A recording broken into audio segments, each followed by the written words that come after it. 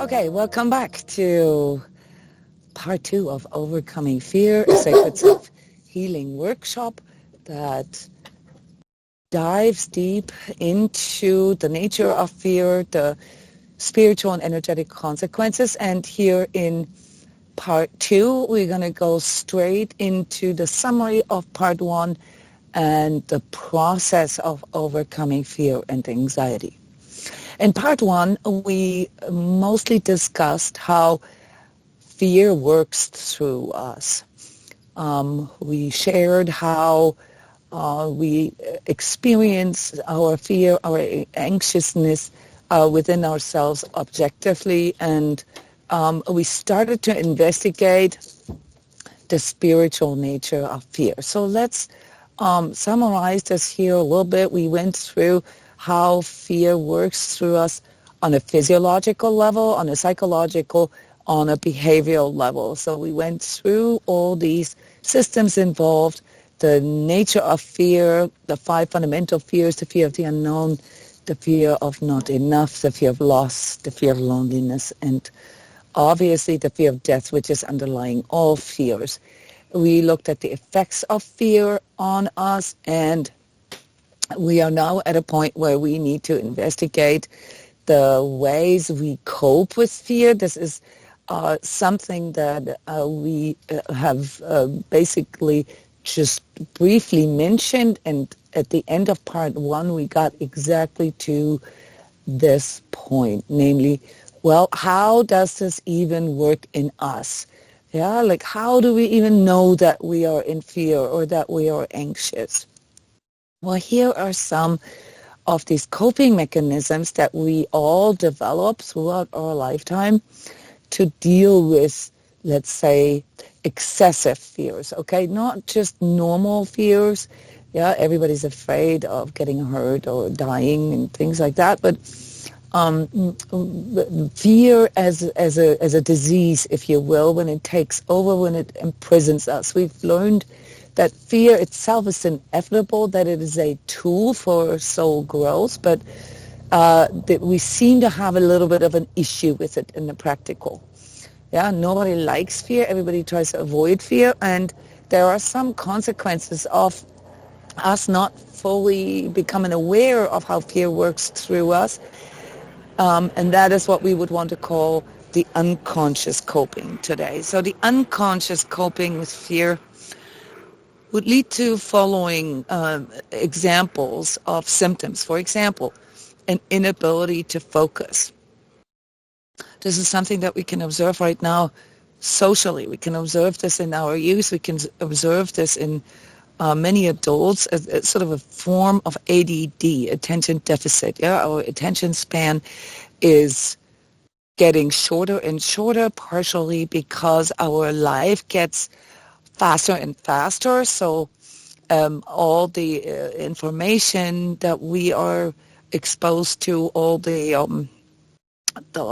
timing of things, yeah, is driving us into sort of an overload of information, and that can also lead to fear, guys. Yeah, but it can also be the consequence of being overwhelmed. So it's both, they go hand in hand. So an inability to focus, low attention span, and actually attention deficit are ways how our system unconsciously copes with it. It just doesn't do it anymore. Something that you need to understand about your own sort of perhaps what you call weaknesses or shadow aspects is that not being able to make decisions, being stunned, being sort of frozen when you have to make choices from within yourself is a unconscious coping. You just don't do it. You just don't want to make choices, and this often leads to, you know, an onslaught of or a need to rationalize, to justify, and especially to externalize, yeah, to blame, to sort of tell ourselves that we couldn't have done any different, and it's because of the government, and it's because of this or that. These are unconscious copings with fear, guys. It's important to understand. Then the next big cluster is psychosomatic symptoms. A lot of the degenerative diseases that we see nowadays are linked to fear and anxiousness. And again, we're not talking about how the powers to be perhaps using fear as a way to keep us in the state of ADD, in the state of indecisiveness, or in the state of psychosomatic symptoms. We are talking about how we as individuals can overcome this, but we have to become have to become aware of our coping first. Like, how have we been dealing with it in the past, so that we can understand what it is that we need to work on, what it is that we need to learn to overcome. Another pretty common way of coping with fear, especially for those of us that are sort of more on the intellectual, on the mental side of things, is negative inner self-talk and ruminating, constantly going through the what-ifs and constantly assuming the worst-case scenario. I know I don't need to ask you guys if you know what I'm talking about. Another one, and I didn't really go into this in part one, but I do want you guys to understand that certain forms of addictions do have to do with coping with fear. Yeah. Again, here, coping means dealing with, okay? And we're talking about the unconscious coping with fear. So there is a sort of a mechanism in us that wants us to just not be bothered with something.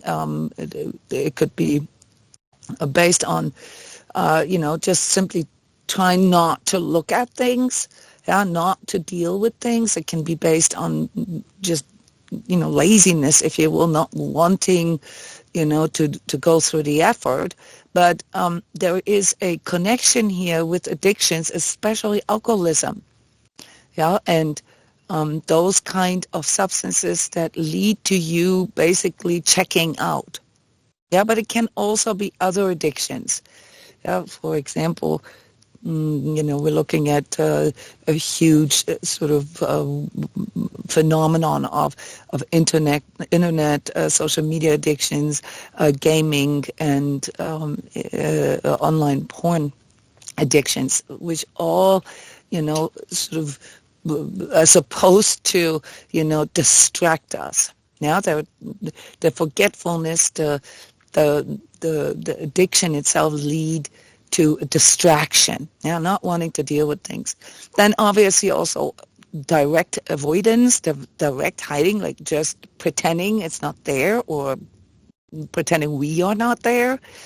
Avoiding any kind of potential struggle or potential threat, or what we experience as, having to deal with things. Yeah, so just like pretending we're not there, pretending it is not there.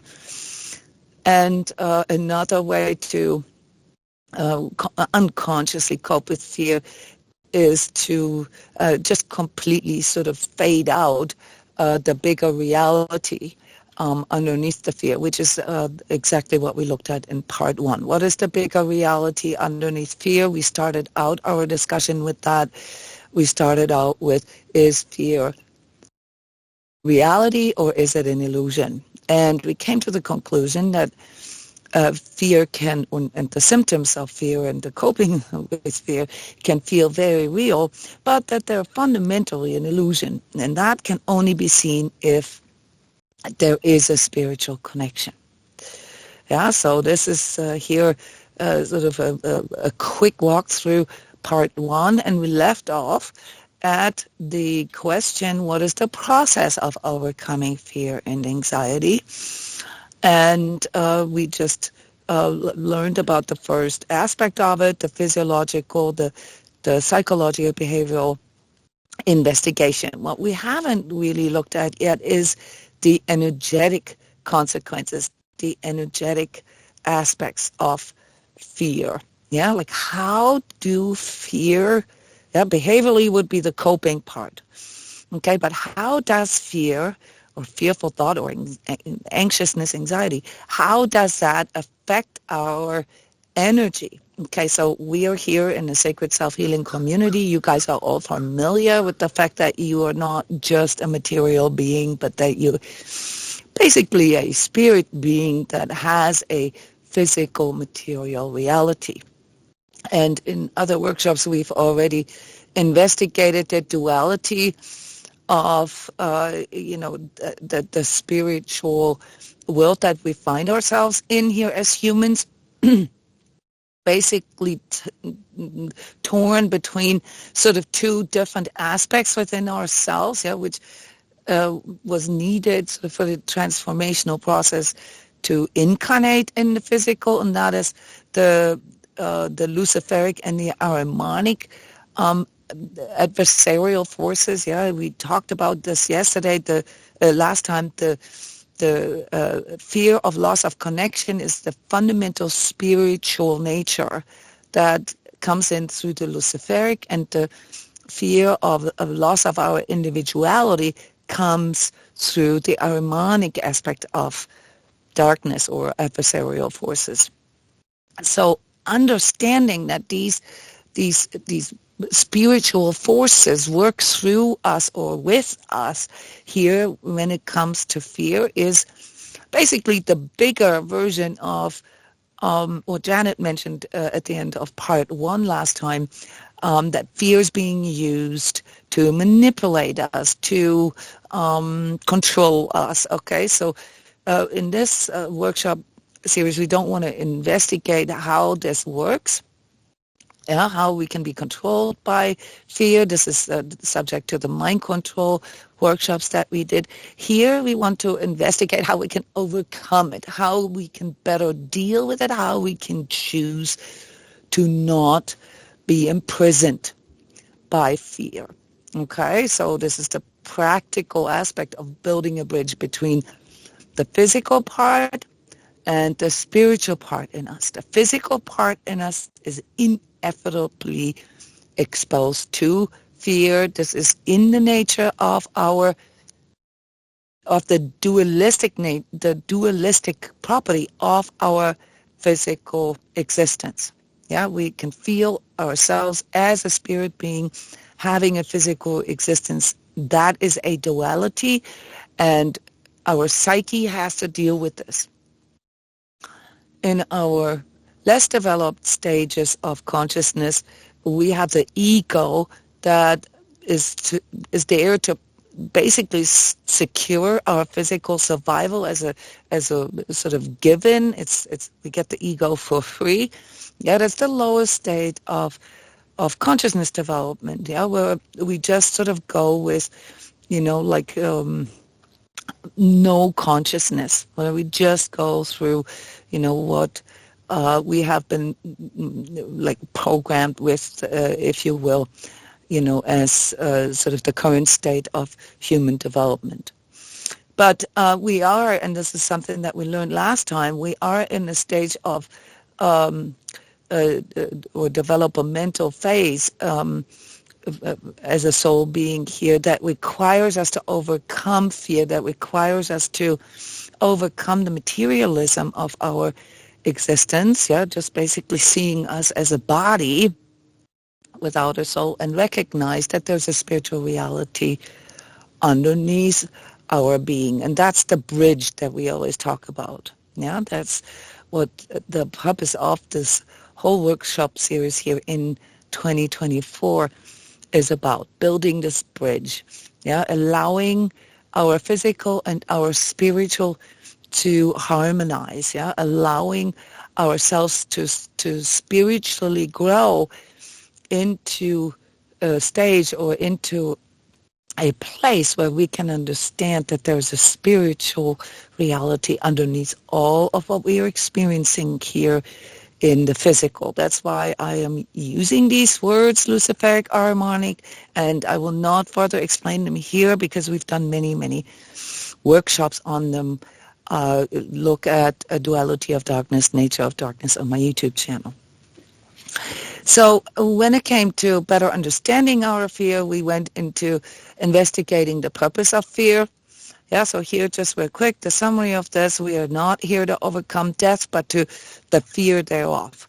Okay, so death is not really the point of life. Okay, we have to understand that there's a cycle of life and that our physical experience here incarnated in this body is part of a greater soul development. It is part of developing our consciousness soul, and this can only be understood or felt, if you will, if we begin, to spiritually investigate. Yeah, what is out there? Why? What is all of this? What is fear for? And that's how we got to the understanding that fear is actually a tool for soul growth. Yeah, and how do we do this investigation? We go within. We ask our heart and our mind, and we try to harmonize that within ourselves. Yeah, harmonizing our thinking, emoting, and acting. This is basically what we do when we have these kind of discussions. Then we further investigated the origins of fear. Fear is inevitable, but the struggle with it is a choice. Now, that's a bit of a provocative statement there. Yeah, we did understand that it is a tool for soul growth, and we realize now that overcoming our materialism and dualism, yeah, the nature of darkness, and basically our unawareness of how darkness tugs on us. Yeah, this is like a tug of war. Yeah, with us in the middle. Yeah, just being completely unaware for as long as we're in our ego. How that is basically the origin of fear within ourselves.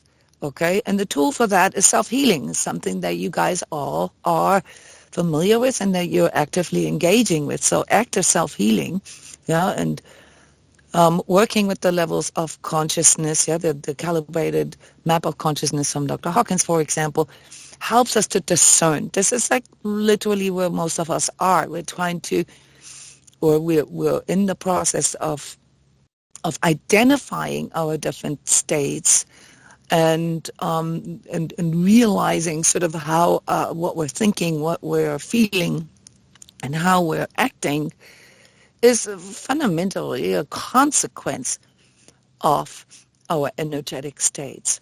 Okay, not the other way around. We think that we are low because we are in fear, but fundamentally it's the other way around. We are experiencing fear because we are low in energy.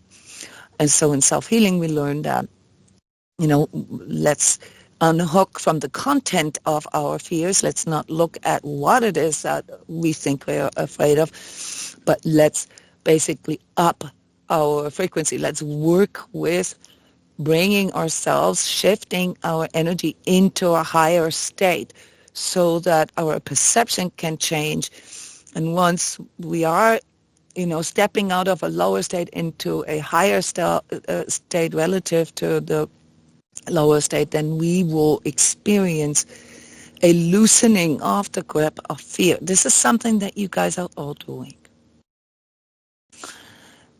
We did go into the forces that work through us when we are in fear. There is a probably a little bit more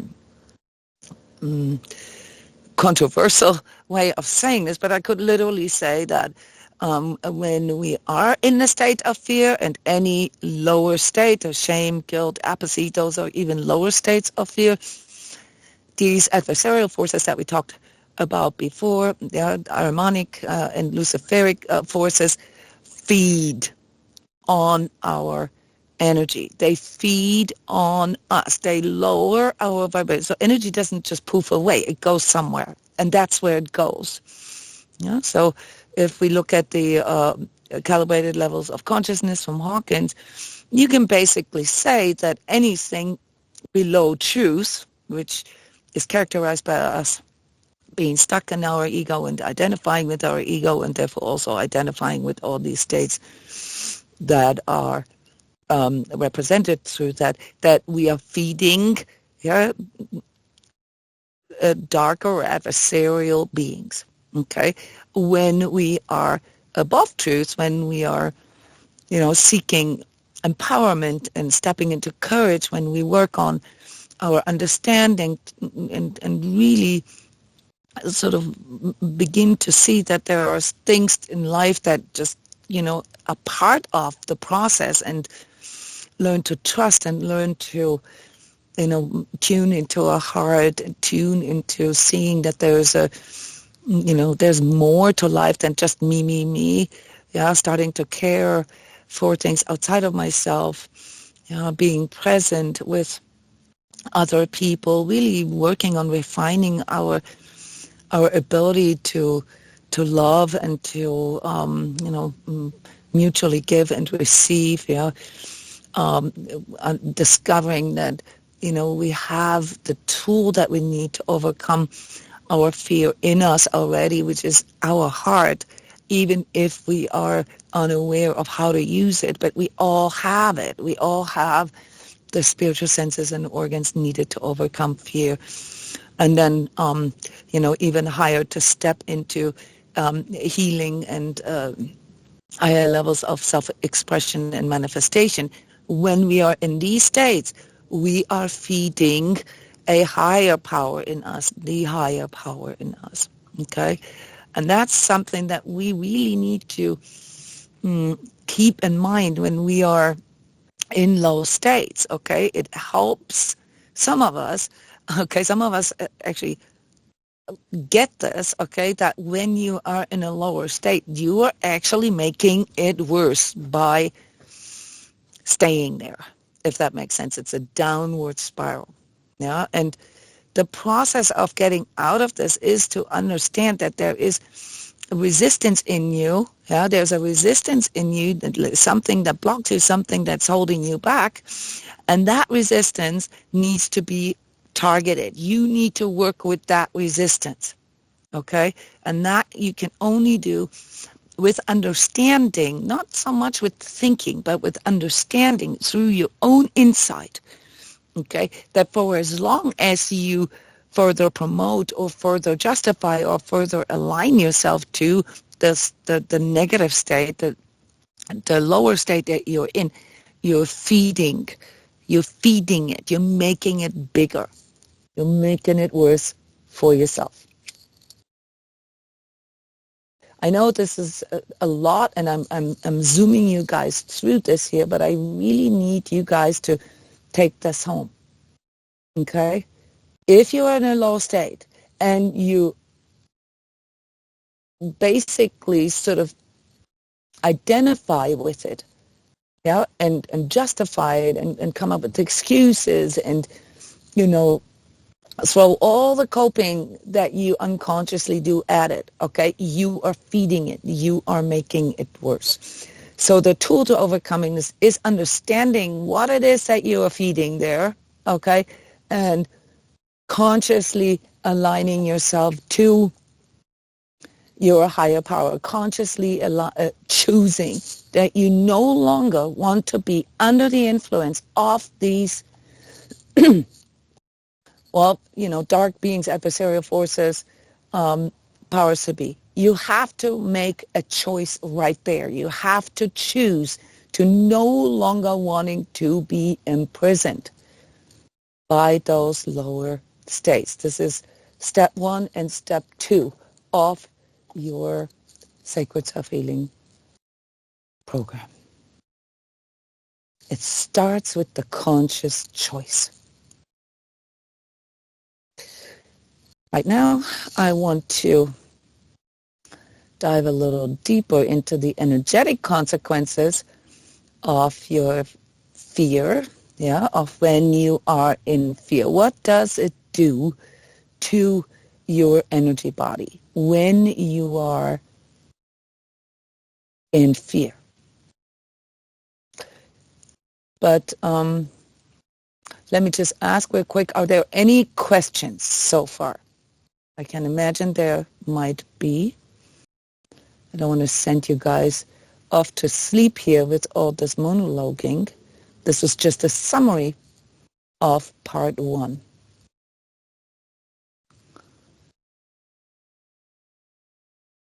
We investigated the purpose of fear. We became aware of the origins of fear. That it's a tool for soul growth. This is where it has to be there. Okay? And either way, we're going to have to deal with this. Okay? That's part of our duality as humans. And going into the spiritual inquiry of where does the fear actually work from? Like, what does it do in the spirit world? It feeds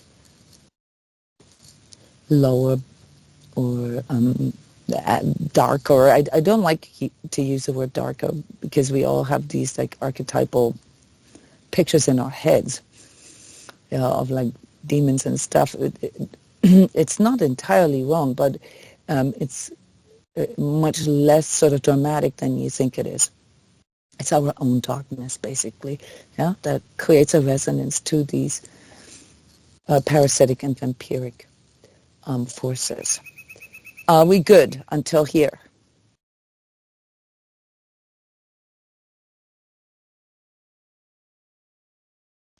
Give me a quick feedback.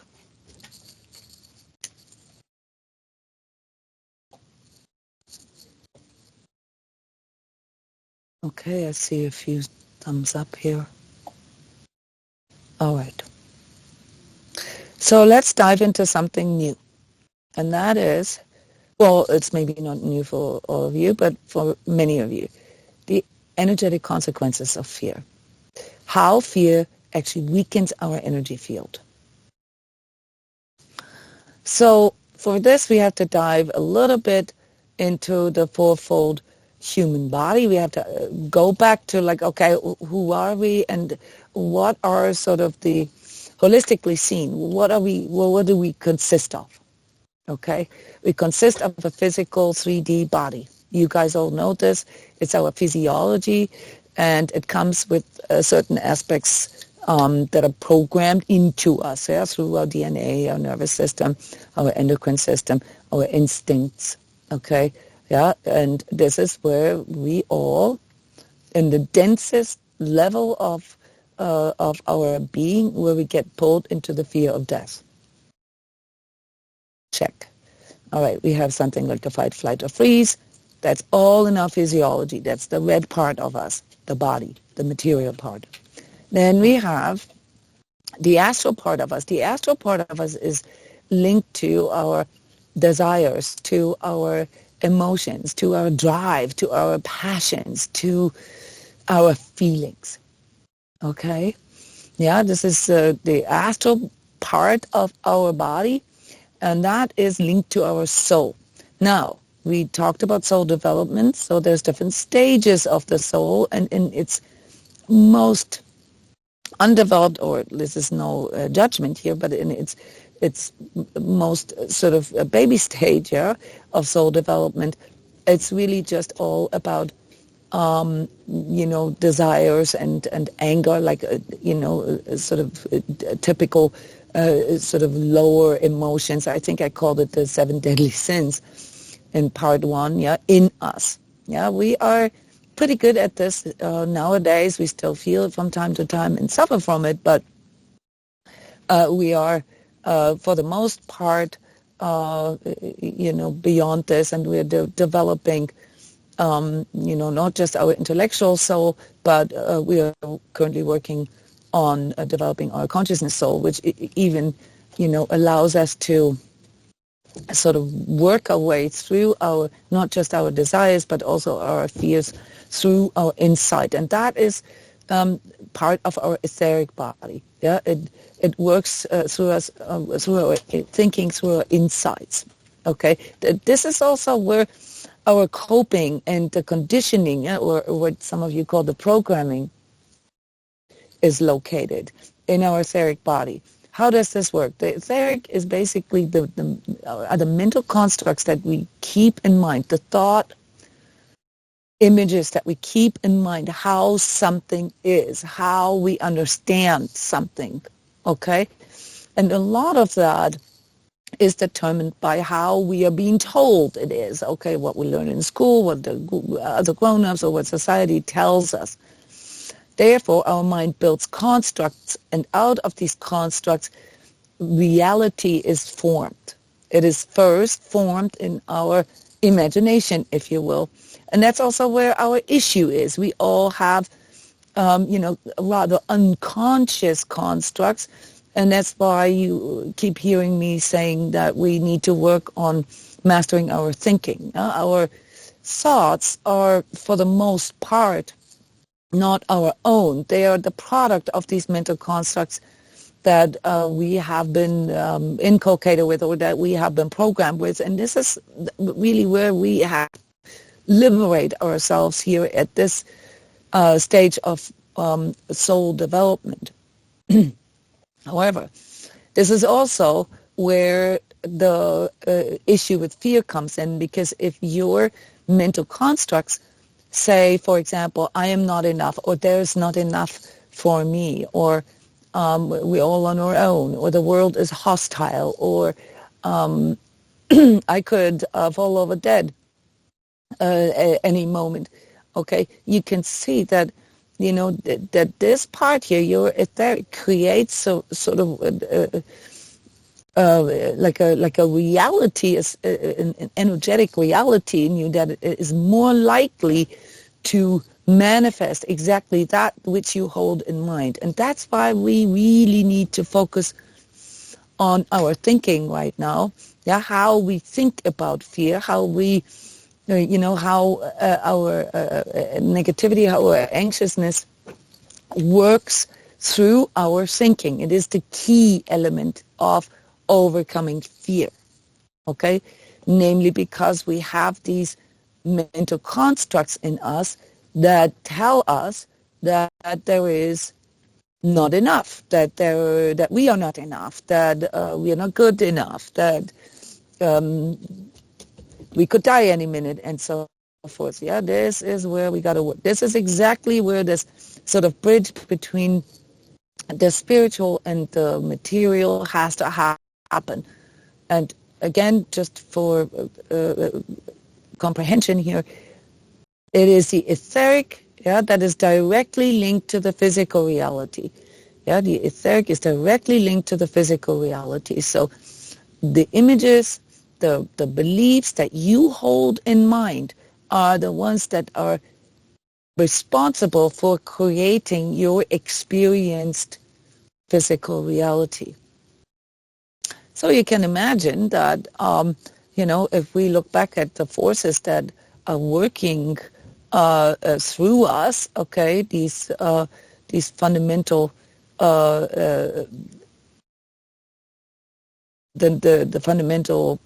the two fundamental fears, the loss of connection and the loss of individuality, okay, that they must be working through our etheric into us, into our thoughts. So when you are in a state of fear, not the subjectively experienced fear, but the energetic state of fear, what is happening there is that something or someone, okay, is feeding this part of you, your etheric body, with thought constructs that weaken it, that weaken your ability, which would be the fourth part of it, the consciousness, the you, the one that wills. Yeah, the part in you that says, I don't want to be afraid. I want to do this. I want to go horseback riding, or I want to do skydiving, or I want to, start my own business. Okay, that's you, right? In an ideal case, you consciously have a desire, a want that you would like to manifest. And the reason why this often doesn't work is because your etheric, the way you think, and you see this everywhere in coaching programs and so forth, yeah, you have to first change your attitude, your mental sort of attitude to what it is that you want to do, yeah, in order to overcome the fears. Now, why is this that we have such a hard time with this? We want something, but we lack the follow through. We lack basically the power, the energetic power to manifest this. It's because our etheric body is too weak. Yeah, it's too frazzled. It's too contaminated, if you will.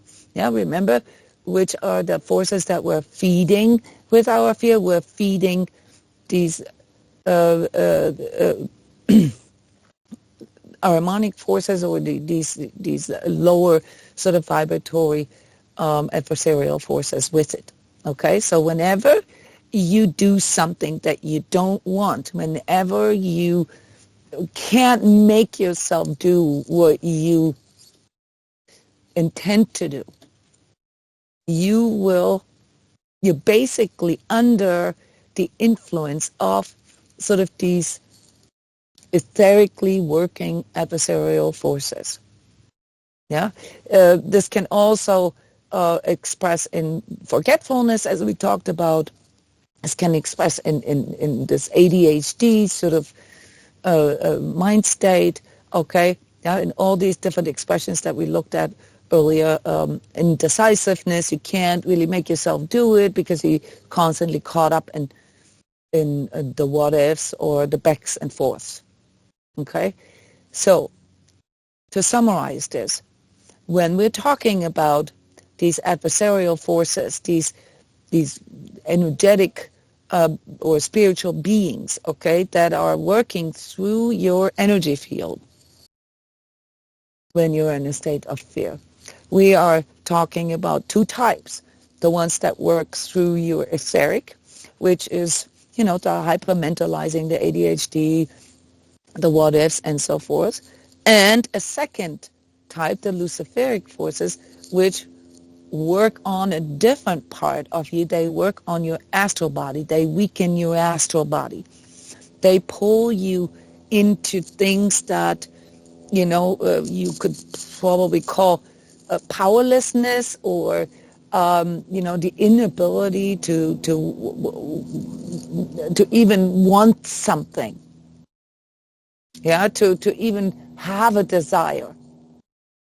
Yeah, like life is just happening to you. You're a victim. You're not even in a position to do anything. Yeah, so harmonic forces work through you by weakening your etheric, which lowers your ability to manifest, to bring something into the physical, and luciferic forces work through you by weakening your astral, your connection with your sentient soul that informs you about your true heart's desires. They both have to go together, and this is also something that we often don't realize, is that if we are being forced to be doing things that we don't want to do all day long, okay? Yeah, let's say you have a job that you don't like, or you're in a relationship that you don't actually feel the right way. It just doesn't feel like love. It just doesn't feel that way. It will pull you into fear. You will experience a loss of strength in your astral and your etheric. And this is very, very important to understand, because the consequences of that can be manifold. The consequences of a weakened etheric body are physical symptoms. Physical symptoms. Okay? Yeah, so when your etheric body is weakened, then you experience physical, psychosomatic, as we called them earlier, consequences. When your astral body is weakened, you experience the lack of desire, the lack of drive, the lack of a passion for something, no sort of real outlook on life. And the third way how these adversarial forces then ultimately work through us, which is a combination of both, is that they prevent us from free choosing. They prevent us from actually discovering that we can freely think, freely feel, and freely will.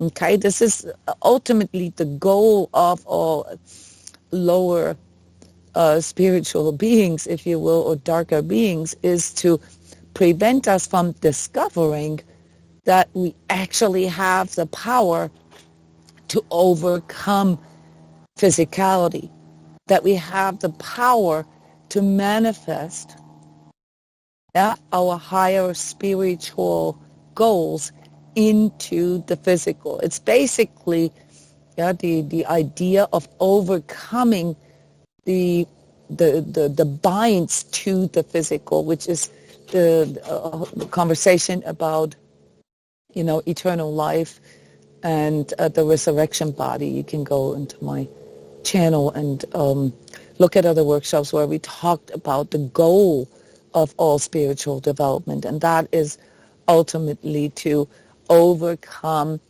the physical nature of our being, but not by destroying or neglecting the physical nature, but by working with it, by experiencing our higher self in the physical.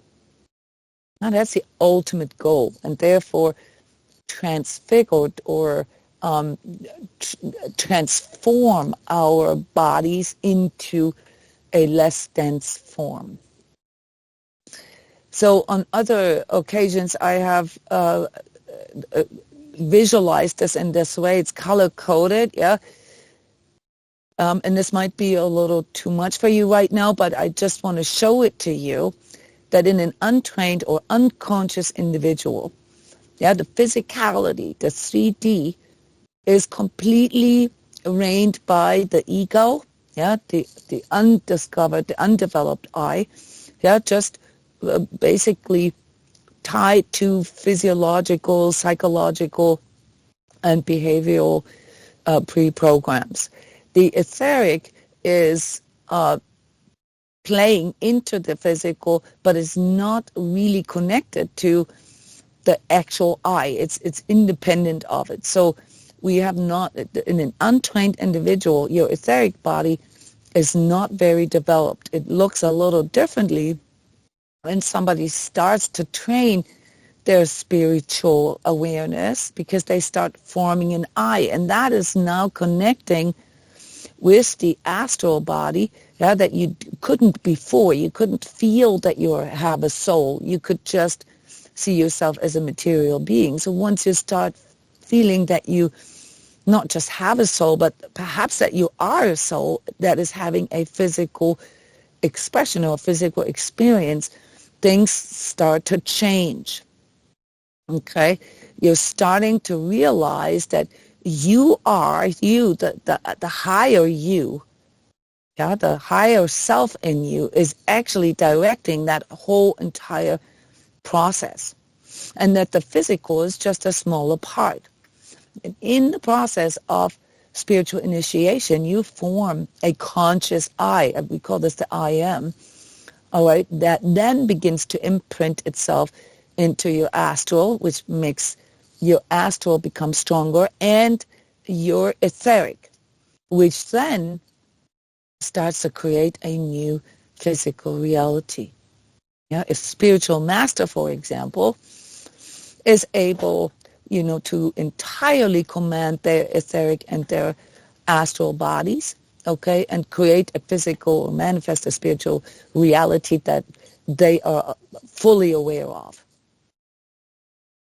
And then an ascended master no longer needs the physicality for his soul development and can basically express and further develop in the astral, okay, through a strong I, through a very strong I that then basically gets inherited into the following incarnations. All right. So after all this talk, now I would like to re-invite you into the conversation here.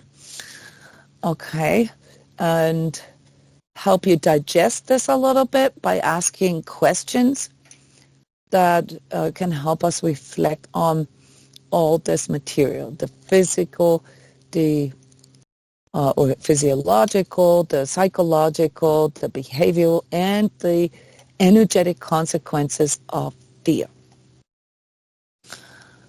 Why is it so hard to focus on what we want to focus on?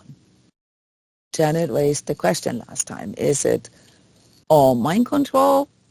Or is it biology? Or is it maybe an energetic problem?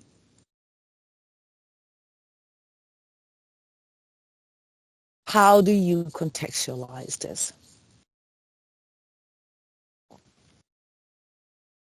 Why is it so hard to focus on what we want to focus on? Let's start out with, who of you experiences this problem?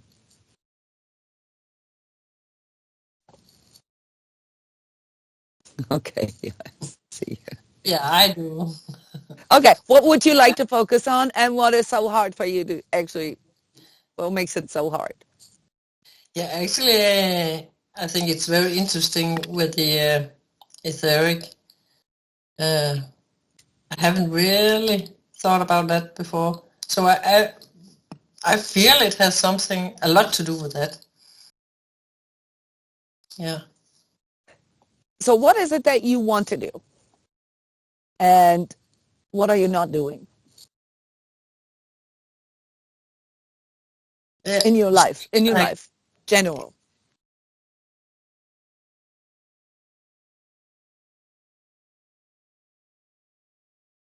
Oh, it's actually during the day, it can be small things that I set out to do and maybe not do. Okay. Yeah. Practical things. Okay. Yeah, you know. We're going to talk about those later, how to train that. Okay, Yeah, that's all right. But I'm talking on a bigger level. Like, what is it that you would really love to engage in? Let's say if there was no physical restrictions. I have an example. Yes. I have wanted to skydive for about 1 or 2 years, Mm-hmm. and now I'm talking myself a little from it. I use all kind of excuses that I can't do it because of my physical condition.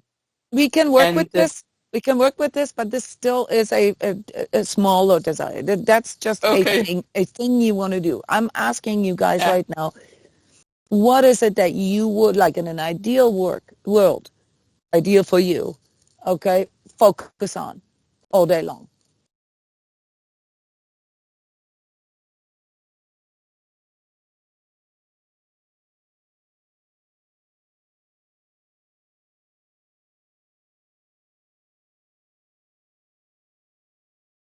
In an ideal world, I would love to focus on my spiritual connection and my connection with people and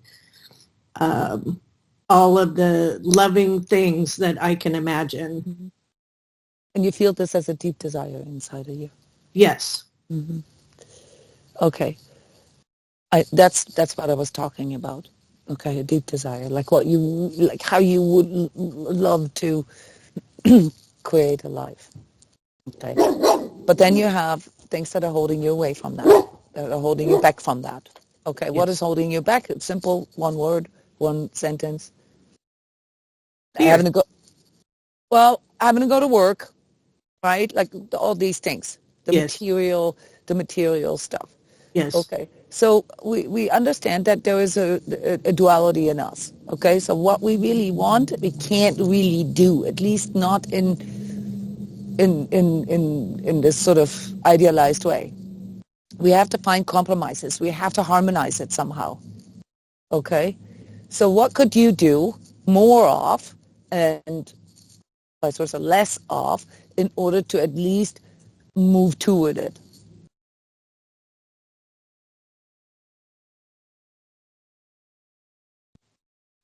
cut out the unnecessary things and shift into what I do want. It's all about like making the choice to not participate in the lower expressions of 3D. Okay. That would be the alignment part, okay? But where do you think you personally, where you have to align or realign yourself more? Is it on the level of your physiology or your biology? Is it on the level of your mental constructs?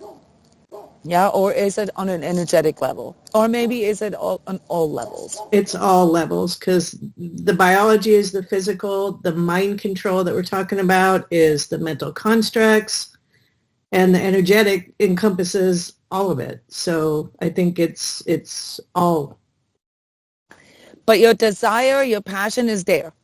Yes. You can feel that. You can feel your desire, okay, that you would like to live a more conscious life, basically, and, self-express or self-actualize in a more loving way. So your astral desire is there, okay, but something is holding you back. Yes. What do you think it is? It's got to be the mental constructs. It's bringing the spiritual aspect into the material, the bridge you were talking about. Yeah, there's too much of this, okay, too much of the constructs. Perhaps, I called it your mind control just because it came up in part 1. Okay, so all the constructs that are coming in from the outside, okay, all the stuff that you believe in. For example, there's not enough, I'm not good enough, I don't deserve, things like that. Yes. Okay. So what you're looking at here is, the mental constructs affect your physical condition. Okay, including your neurotransmitters, including your endocrine system, including your nervous system, and so forth. Okay, yeah, this is very important that we drive this home.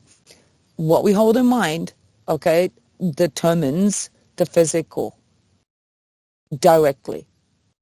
Now, what we desire, the passion that we have, all right, should ideally also affect our physical, right? It should. It shouldn't dominate it, but it should affect it. We should be able to feel when things are helping us in the right direction, helping us to make the right choices, helping us to give us the believe, give us the hope, give us the trust. Yeah, that's all astral, okay, to do that. So in your case, you feel the passion, you feel the desire, okay, but you don't feel enough energy, basically, to put this into the physical. Is that what I'm hearing? Yeah, and it's not even feeling enough of the energy. Maybe it is, and I'm perceiving it in a different way. It's that I haven't figured out the way yet. Okay. All right. Well, we looked at the expressions of coping with fear, inability to focus, indecisiveness, psychosomatic symptoms, negative inner self-talk, ruminating, forgetfulness, addictions. Which of the ones do you think are in the way for you? Looking at all of them, it could be any one of those on any given day. Mm-hmm. But your alignment is there, so you do long for spiritual connection. Yes, yes. Yeah, you do long for spiritual connection, okay? So there's a loss here somewhere. Yeah, so there's the longing is there, but, it's not strong enough to make you do it. Yes. Okay. So when we look at our own coping mechanisms, I agree with you personally as well. I have symptoms of all of them, but I have learned to overcome them. Okay. So we can decide that for ourselves, which of the things we want to address first. But I need to let you know that the psychosomatic symptoms that many of you experience, like say, endocrine issues or mobility issues or issues of the nervous system or issues that have to do with circulation or breathing or so forth, that they are a consequence. They are not the cause. Okay? They are a consequence. All right? So I would like to pull these out, okay, and not make them sort of the sole focus here, because for most of us, say our tiredness or our pains and aches that we have, or like the things that are sort of restricting us in the physical, okay, they are not the cause. This is something that we discussed in part 1 and had a lot of resistance to this, because we have a tendency via our etheric to say that it is because I am experiencing these symptoms, I can't do something. But it's the other way around. So what is it that we need to work on? And you actually got that already, Cindy. You need to work on your spiritual connection. Because in actuality, it's a weakening of your astral body. Yeah, your astral body is not strong enough. The passion, the desire to connect is not strong enough. It is not strong enough to overcome the mental constructs. So you can say, I have to work on my mental constructs, The problem with that is, and everybody thinks that, is that you can't think your way through it. Yeah? You can't think, or you can't really medicate your mental constructs with more thinking. What needs to happen is that we have to become more aware of the underlying desire, what we really want to do, what we would really like to do, and then make that a more conscious choice. And as we are doing that, and this is important to understand, our mental constructs shift.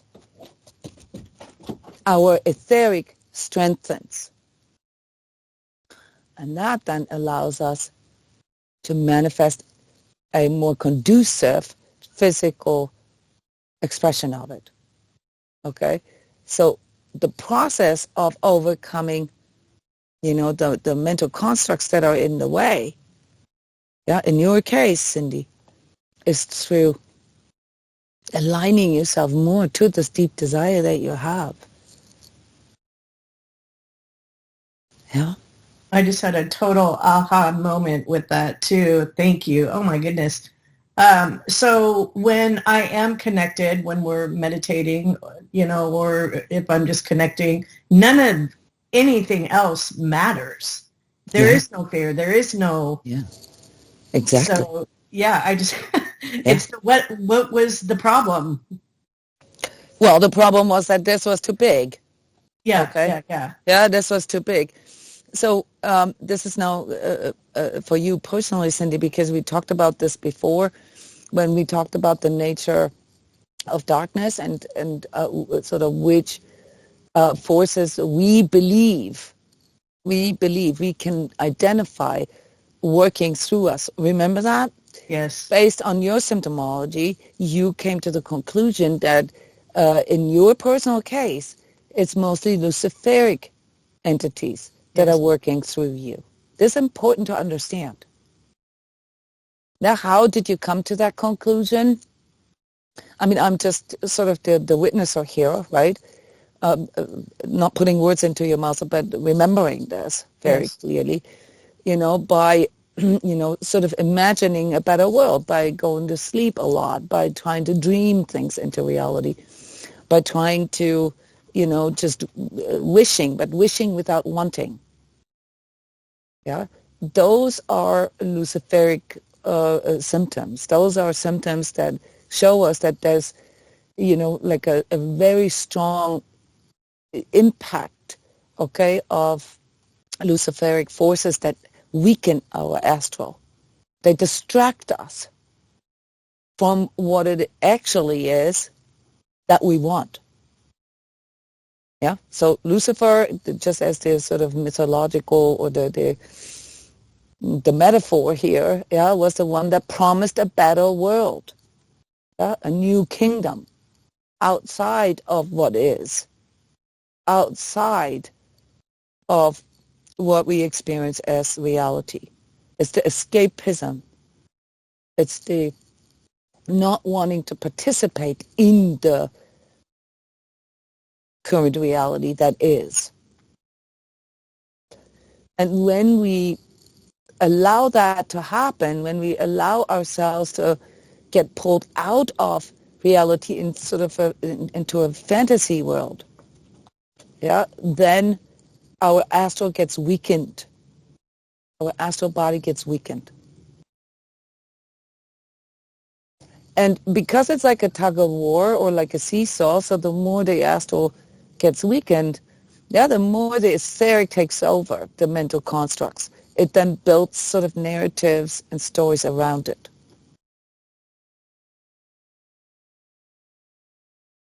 Does this make sense for you? The solution is to work on your consciousness, which you're doing, but it needs to become a little bit more precise as to you uncovering where you are not freely choosing, where you are not freely choosing what thoughts and mental constructs you want to engage in, your thinking, what feelings, okay, has a lot to do with, sort of the emotional attachments and inner child and so forth. Yeah, also the shadow aspects, the redemption aspects and so forth. And your willing, which is the basically doing what you say you want to do. Yes. That is the solution. Okay? Yeah, so you get, by understanding which forces are working through you and weaken your energy at a certain spot, you then need to come up with your own prescription, basically. Okay, and become more aware of it. Am I choosing this right now, or is this my inner child, or is this my, sort of unhealed, sort of shadow side? Yeah, and not allowing yourself to go into sort of an alternate reality, yeah, the fantasy, not allowing yourself to get lost in outside of yourself, but to find the way back to you, even if there are some, say, discomforting feelings or thoughts that you have to face.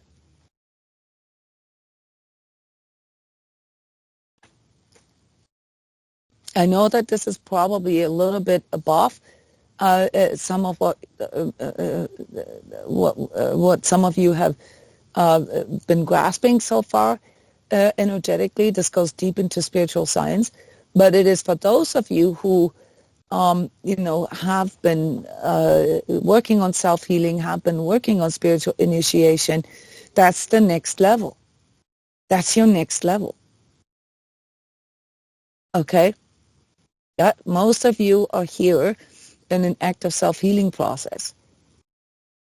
The next level, and we've talked about this all year, is understanding the forces that are working through the spiritual reality underneath your physical reality, and then to understand what the energetic consequences are so that you can better navigate it. Yeah, so that you begin to form like an active imagery inside of your head and inside of your body of what the fear does and how bad it is for you. Yeah, it's fundamentally, really understanding how poisonous fear is for you and setting all your might, all your focus on overcoming your fears. And here at transCODES, we do this obviously through strengthening our etheric body. That would be the ergyCourse, strengthening our astral body. That would be our the grace soul self process, and working on self-healing. That would be the sacred self-healing process. Yeah, with lots of practical tips and so forth, how to increase our inner peace, basically, our heart-mind coherence through harmonizing our thinking, emoting, acting, meditating, and so forth. So what we're talking about right now is this level here, this level of fear and anxiety, and what actually happens in you, and why you find it so difficult sometimes to switch out of these lower states that you guys all experience, these states, okay? We all experience this as a duality in us. And the reason why it's so hard for us to understand, what it is that we need to work on is because we don't actually see the full picture yet. Now, being caught in fear is not just, being imprisoned in fear is not just like a bad habit or something. It is an actual, feeding off the dark forces in us. Yeah? Engaging in victimhood and telling ourselves that we can't do anything and that it's all the government's fault or your ex-husband's or ex-wife's fault or whatever is an actual feeding of these dark forces in you that lead to a weakening of your energy field, that make it harder and harder for you to get out. That's why we engage in tools that help us to arrive at truth, to see things the way they are, to deal with things as they are, and strengthen our heart awareness, because the heart is already there. We all have a heart, not the physical heart, obviously, but a spiritual heart that we can feel. And that's what we focus on, okay? That's what we do in order to overcome, all these programmed and unconscious things in us.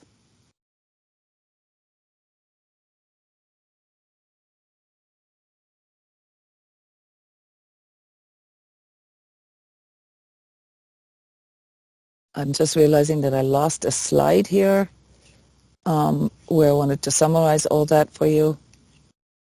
Yep, it's gone. I lost it. So we now know that there are multiple consequences, and multiple layers to our fear. We now want to engage in observing how fear expresses in us. Okay, so Cindy just gave us a little bit of an feeling for that. Okay, the symptoms of fear and anxiety, or fear or anxiety in her are that she has a desire, but she doesn't seem to be able to reach it. Now she doesn't seem to be able to do it. What are some other symptoms of fear? Annette, we're going to come back to your example with the skydiving. We're going to use this as an example in the practical. Try to think a little bigger here, because we're going so much deeper into the expressions and the purpose of fear in us and the dynamics of that beyond just the psychological. What are the symptoms of your fear or your anxiety based on what we have learned so far? Where does my energy go when I'm in the state of fear? What are my underlying beliefs? How does fear express in you?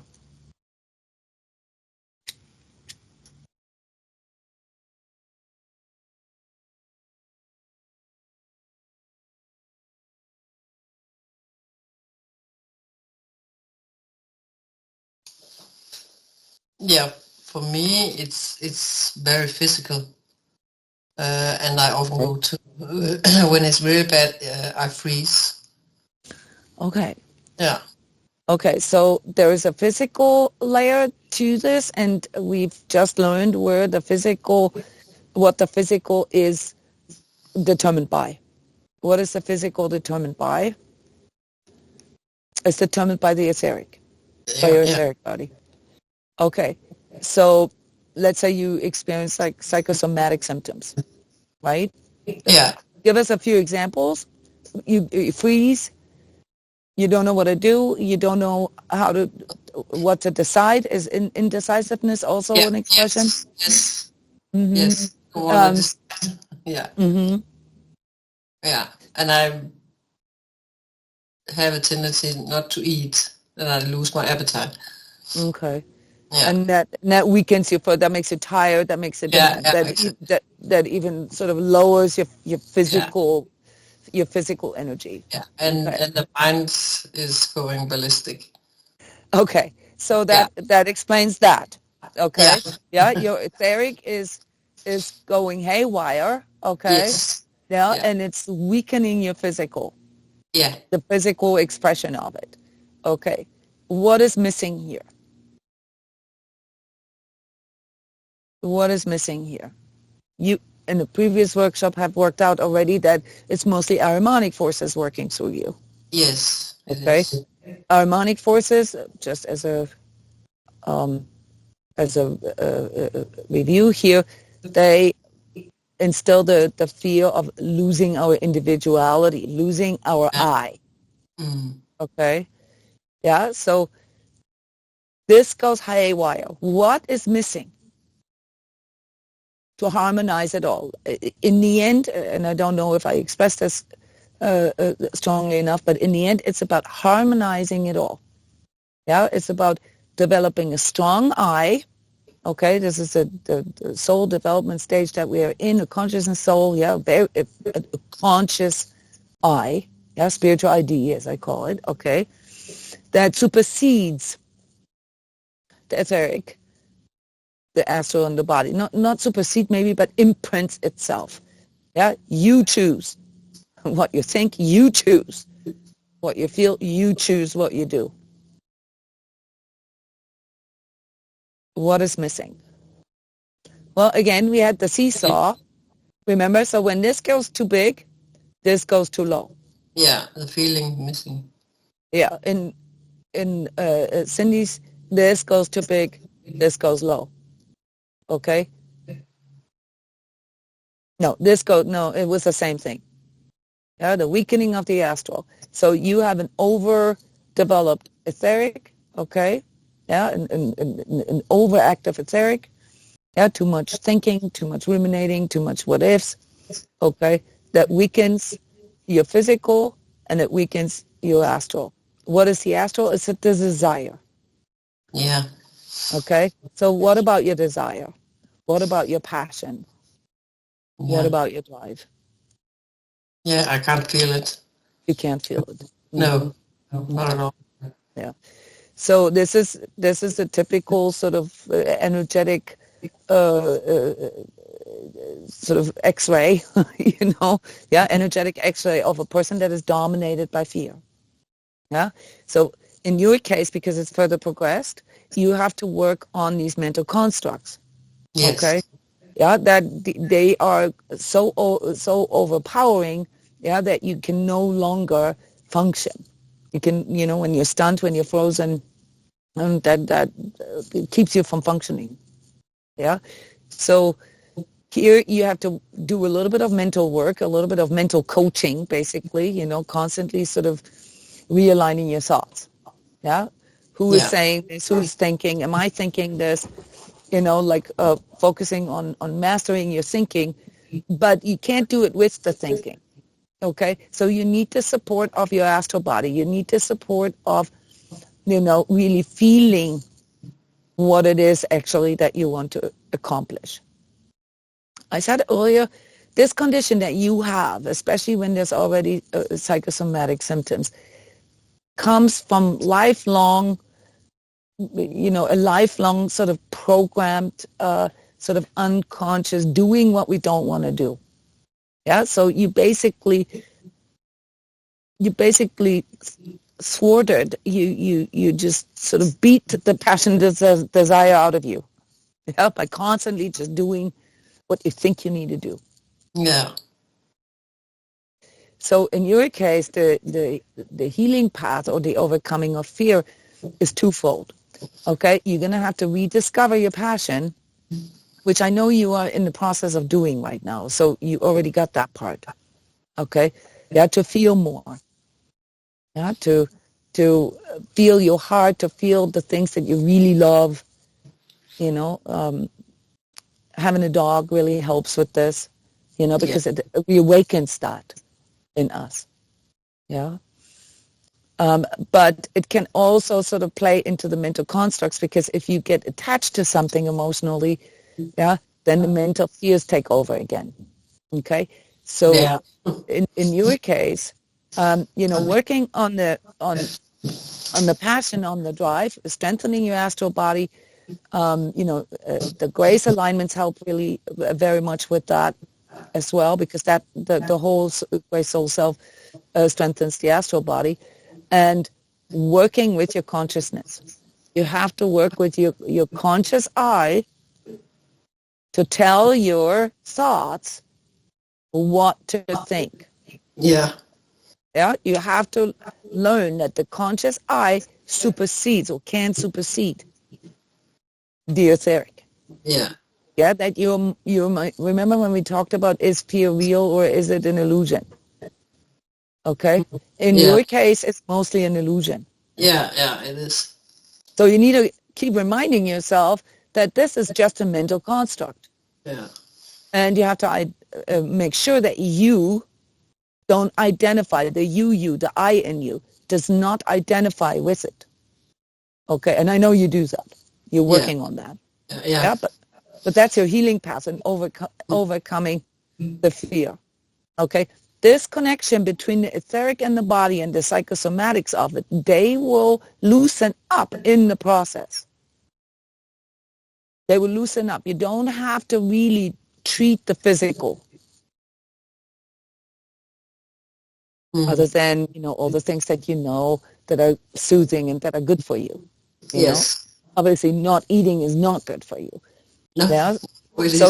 Yeah. So then you have to kind of will yourself. Yeah. You have to will yourself to eat. You have to will yourself to get up. You have to will yourself to do what is good for maintaining, you know, a healthy physical. Okay. But the healing path here is through strengthening your I, what you identify with. That is what the I is. The ego, which is the lower I, okay, the undeveloped I, the unconscious I, okay, is tied to the physical, astral, and etheric, in what I call the body mind. It is you just acting out programs. You're just acting out hardwired things. So this is not the I that is acting. So therefore also many of you guys have issues with healing your past or choices that you made in the past. You can't really look at any of your choices in the past as an expression of who you are. Those are expressions of your ego, not expressions of who you are. Not the I, because the I wasn't awakened at that time. Yeah, that's why, you know, redemption and self-forgiveness and so forth, they have to come with the process. That's what you need your heart for. You need to understand that. Yeah, that everything that you did in the past when you were just dominated, okay, by this process here that was going on, with the weakened energy bodies, that wasn't you. There was a part of you, and you have to be responsible for it. But karma is taking care of that. You're changing your karma the moment you awaken your I. The moment you become conscious, okay, yeah, when you sort of raise your hand and say, I have a spiritual identity, I identify,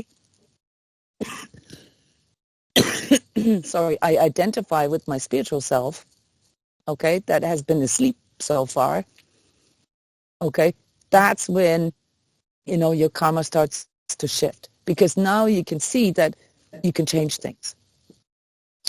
That makes so much sense. Yeah.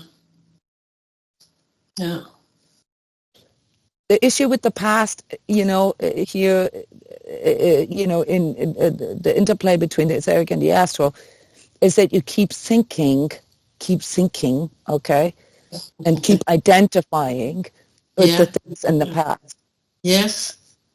Yeah, and that is not accurate anymore when you become aware of your spiritual identity, of your I. It's not accurate anymore. Yes, you did this. Like you can say, my body mind did this, Yeah. but I don't know any better. It's like a 2-year-old, that just drops a plate and the plate breaks.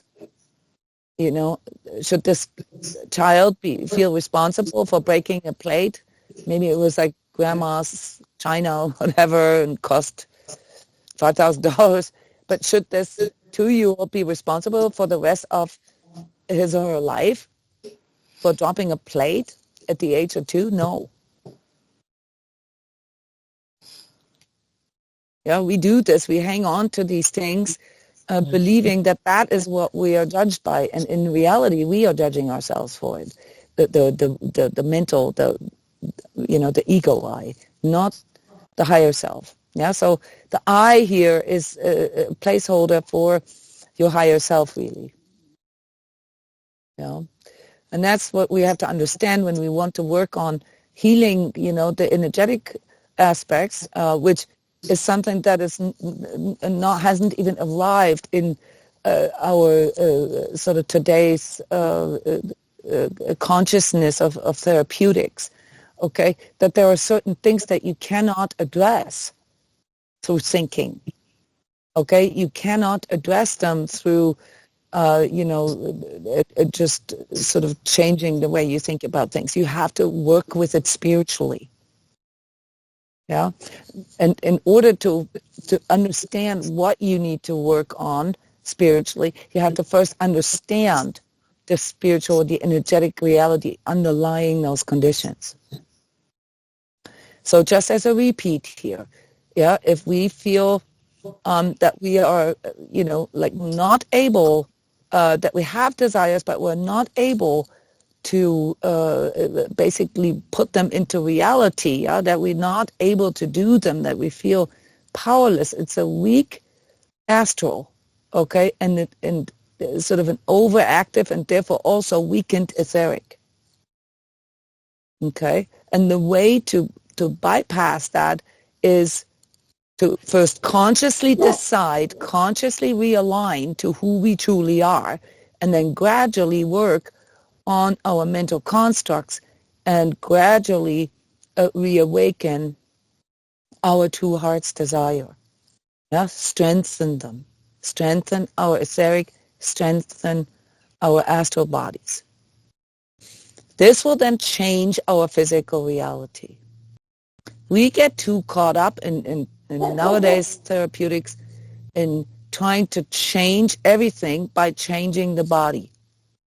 There is a physiological component to things, and obviously, doing things that are conducive for a physical condition are supportive. But it's not where it happens. It's just basically symptom work.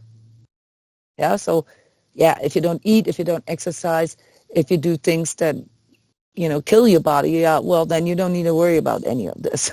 You know what I mean? That's a given. We understand that. But if you want to change, these deeper underlying issues of fear, you're going to have to work on here where you can actually imprint, into your etheric and your astral body, which then create a better or a more conducive or more expansive physical reality. And the most important part of that is that we already have all the tools. We have the tools to do that. This is where we are at in our soul development right now. But in order to effectively do this, and we really need to understand that, we need to overcome fear. We cannot fully develop our higher self if we are still dominated and imprisoned, okay, by the duality of our mental constructs. We have to learn, okay, that we are more than just a physical reality or, a little bit of psychology. We are more than that. And that more is the healing path. That is the one that will heal the others. Okay, so how do we do this? Okay. All right, I've announced that we're going to do the 6 basic exercises and, the practical applications of it. And then I have a few tips for you guys after that. So let me walk you through these 6 basic exercises, not just to overcome fear, but to basically, increase our this or to strengthen the bridge between the physical and the spiritual. Now, the physical again is dominated by the etheric and the astral states that we have. Yeah, the state of our physical and astral bodies. The spiritual, is the identification with you as a higher self, as a soul. And understanding that your physical lives inside of it. Okay? Yeah, your physical experiences in this world, in this lifetime, are the expression of how well your astral, your etheric, and your higher self work together. So these basic exercises are there to increase the coherence, to increase the harmony between those 4 aspects between you, within you. We have to start with the control of the thought, as you guys all realized already. Why? Because right now this is part of our current collective situation in which we are working on refining, clearing, purifying our etheric body. Yeah, is the basically the main sort of adversarial force right now is through our etheric body. I talked about this at length in the mind control workshop series and the mastering our thinking. Here, a practical exercise. Spend 5 to 10 minutes daily focusing on a single thought or concept. This is how you train this. Yeah, the Course in Miracles, for example, starts out like that. The first 36 lessons or so are just about that. Spend 5 to 10 minutes daily. You don't have to do this right first thing in the morning, give yourself your wake-up ritual, and then take 5 to 10 minutes daily focusing on a single thought or concept. It could be, in the beginning, it could be a water bottle that you think about. Yeah, just hold the thought. 5 to 10 minutes. Hold the image, hold the thought on the water bottle that is in front of you. Later, you can extend that to more complex concepts such as gratitude or peace or love or oneness or wholeness or joy or success or true love. If your mind wanders, gently bring it back. This practice cultivates mental clarity and strengthens your capacity to discern, or for discernment. It strengthens your etheric. Focusing on one thing or thought or concept for 5 to 10 minutes daily. Now, those of us who have already implemented, like a spiritual routine, we may do this intuitively. Yeah, we may wake up, we have our morning ritual, and we don't go to our computer or phone, and we just sit there and contemplate. So contemplation is fundamentally what this is called. But you have to make a conscious contemplation exercise. You choose.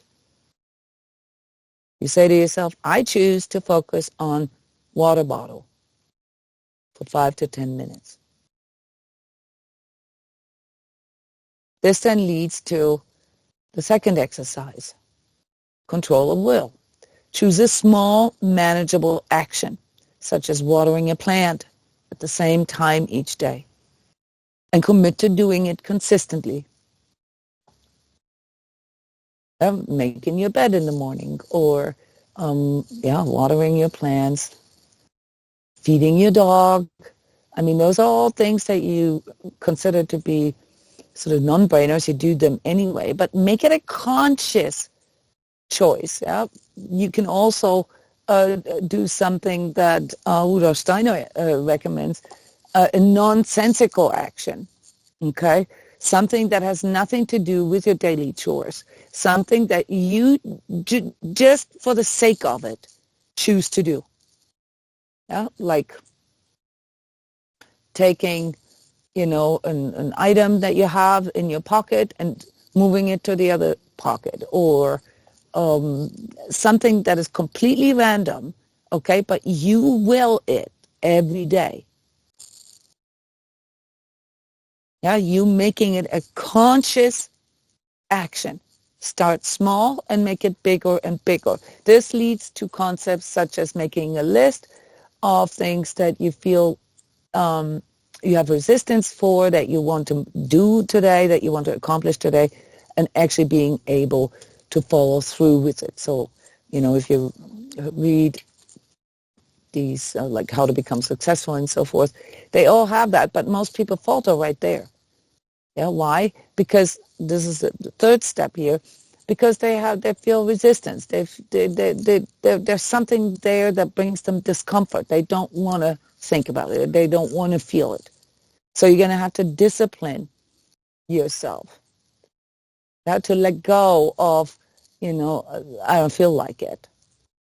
Okay, practice staying balanced amidst external challenges. All kinds of, external challenges are in our days, everyday dramas or news or things like that. Staying away from news, for example, is part of that, because the more you expose yourself to it, the more you're going to get pulled into it.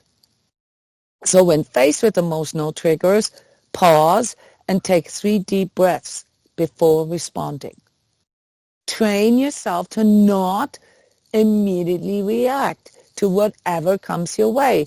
Discomfort, sort of an inner resistance, whatever it is that you feel, okay, as something that is uncomfortable or painful.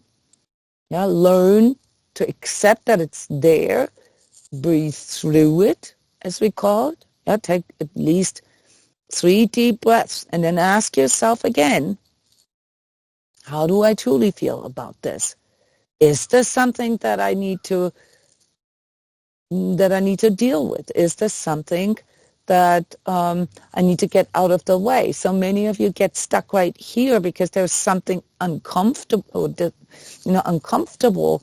that you have to face in order to, like, say, accomplish a task or whatever, and you avoid it. You don't want to do it. So you go into your heart, yeah, and ask yourself, is this something that I really want? Yes, I really want this. Okay. But there's discomfort. Yeah, what could be discomfort or resistance? Fear. Or like a painful memory. Okay, so you say to yourself, okay, there's a fear there. There's a painful memory. Okay, let's investigate the fear. What kind of fear? Well, I'm afraid of people making fun of me, or I'm afraid of losing something, or I'm afraid of, okay, let me feel into this. How much stronger is my desire to do it? Do I really want it? Another, the skydiving. It is understandable that there is a fear coming up when you think about skydiving, because, there's a statistic, that you could get hurt. Okay, it makes it very likely that you could get hurt. So you got to ask yourself, do I really want this? Instead of engaging in the avoiding the thought of it, or, the the pain that you feel as a consequence of wanting something but not doing it, the cognitive dissonance. Okay, ask yourself, do I really want it? Stop engaging in all the narratives and all the stuff that comes up, the reasons, your physical condition, blah, blah, blah. In the bigger scope of things, it's not important. In the bigger scope of things, it's more important that you ask yourself, why do I want it? How much do I want it? Do I really want it?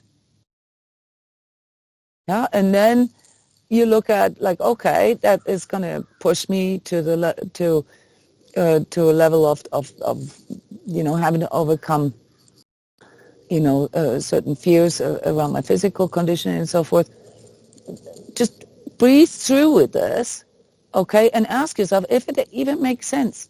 Many of you guys have unrealistic desires, or desires, and not that skydiving is an unrealistic desire, but have desires that they want or they think they want just because it's cool, or it's a cool idea, or it's something somebody else did, and I want to be as tough as them.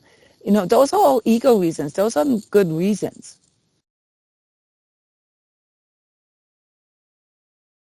Yeah?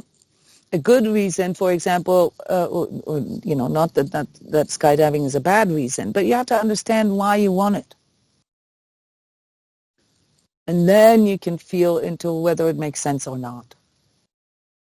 But if you get stuck in the trick, or you're not even going to get that far, you're never even going to ask yourself, why do I even want it?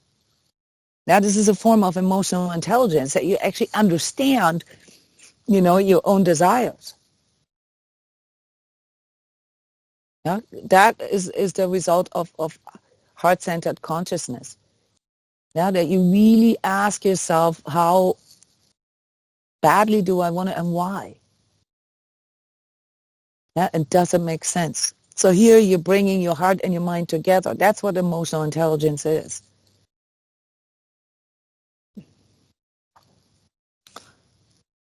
The next exercise is each evening reflect on the positive aspects of your day. So reviewing is an extremely important way for us to strengthen our etheric body.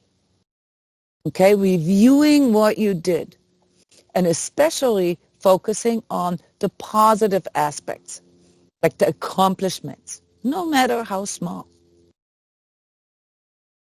Why? Because it helps you, and this is the cool thing, to shift your perspective to his gratitude and abundance, anchoring higher vibrations in your life. It strengthens your I. It strengthens your conscious identification with what you did. I did this the other day. I had a conversation with my husband, and we were talking about how difficult this year was. Within the last 12 months, we lost 2 dogs and 2 cats. We went through moving, not just moving our own house, because we bought a family compound, so we moved 2 of our children's houses as well. Extremely difficult, emotionally, physically, on so many different levels.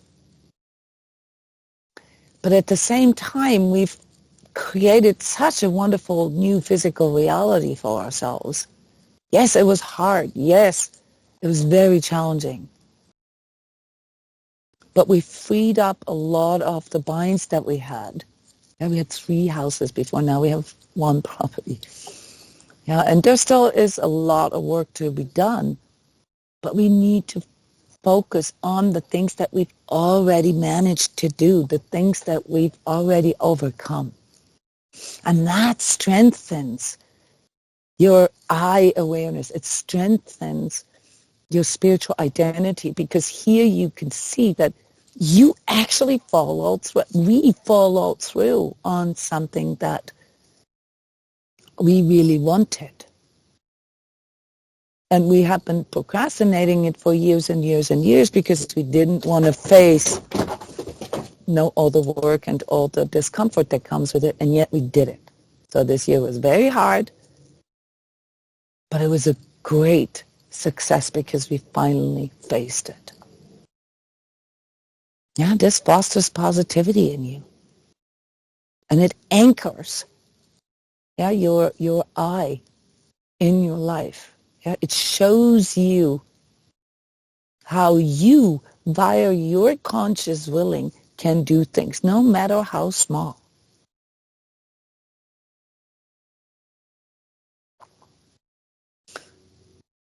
And exercise number 5, openness. Dedicate time to experiencing something new. Open yourself beyond, sort of your opinions, beyond, beyond your likes and dislikes. Yeah, try new food, or, try a new author or a new spiritual teaching, or walk in a new environment, drive a different way to work, take on a different perspective. Always investigate the other perspective. Yeah, it keeps you open and it practices neutrality in you. It unhooks you from, what we call mind control. It unhooks you from preconceived mental constructs. Practice that in you. Practice, seeing at least both sides of something. Yeah, especially when you think of people that you like, yeah, or people that you dislike. Yeah, unhook from your opinions about the person. Try to see their perspective, even if you don't agree with it, but try to see it at least. Liberate yourself. Yeah, from any sort of preconceived standpoint that you have. You still have the right to choose what you agree with, what you stand for, what you want to do, but you have to make that a more conscious choice.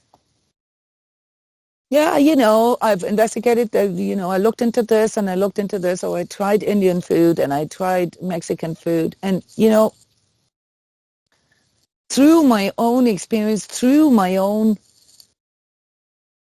insight, I choose that Indian food is, the better food for me than Mexican food. Okay, do you know what I mean? That's nothing to do with a preconceived idea. This is through my own empiric experience, through my own going through it, feeling through it.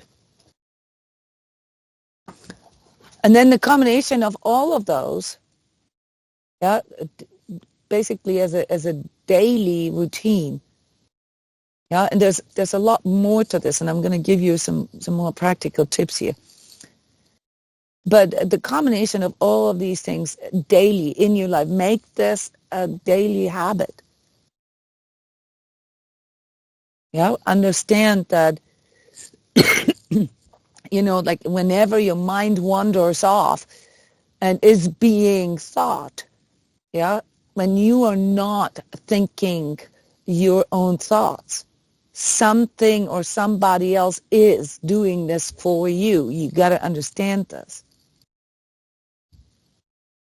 Control of will means that you learn that you can influence your body. You can change something in the physical, no matter how small, but you have to practice that every day. You have to consciously will something.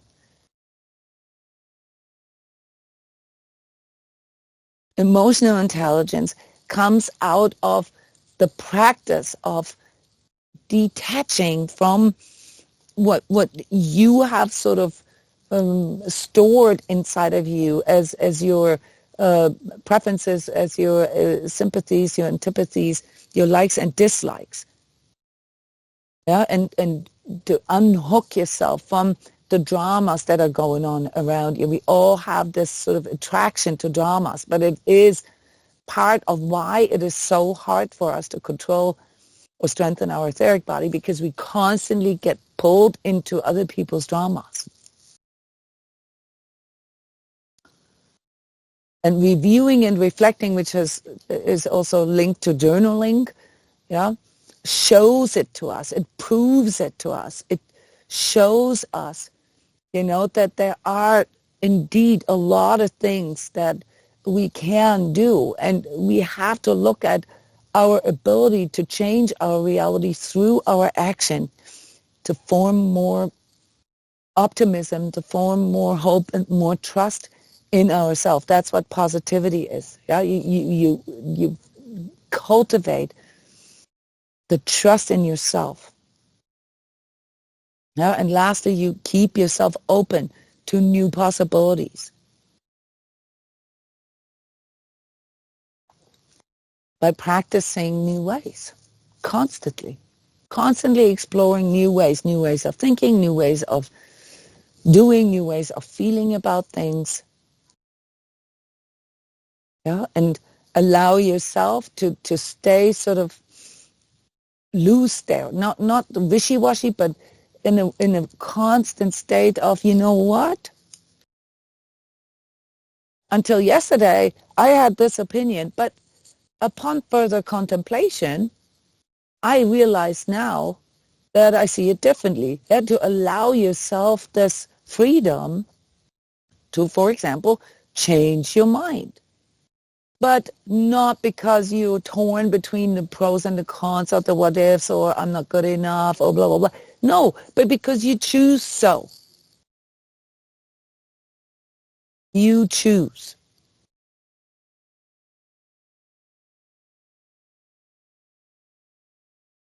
You listen to all sides. You hear other people's opinions. Okay. You feel into it and ask yourself, well, how do I feel about this? Oh, yeah, I can feel a strong sort of standpoint here. Now, I hear what you're saying. I understand where you're coming from. But for me, based on my state of awareness, okay, I stick with this. I have my standpoint. Out of myself. I formed this out of myself due to the power of my own consciousness.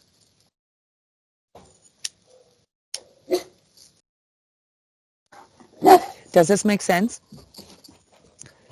So these basic exercises are, a little generic. There are exercises or tips that I can give you based on your specific expressions, okay, your specific issues. Okay, I put the slide back up, coping with fear, so the symptoms basically of coping with fear. And if you want me to, I can give you specific tips or point you at specific exercises that will help you with overcoming, these particular issues that you have or that you deal with.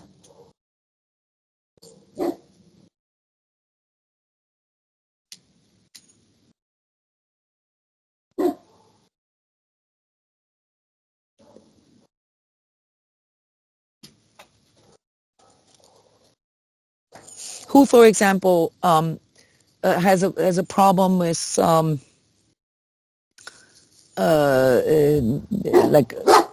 forgetfulness, like just simply sort of forgetting what it was that you wanted to do. I get distracted, so I'm game. So you just like you have a good intention in the morning or whatever, and then the day happens to you, and then you don't know where what it actually was that you wanted to do. Do you sometimes also have a hard time finding things, like objects or something? Sometimes, yeah, sometimes. Okay, so a lot of times this goes hand in hand. What I would suggest in this case is that you practice the connection between the etheric imprint and the feeling along with it that you have inside of, that you carry inside of you, that you hold in mind about your intention. Here is an example.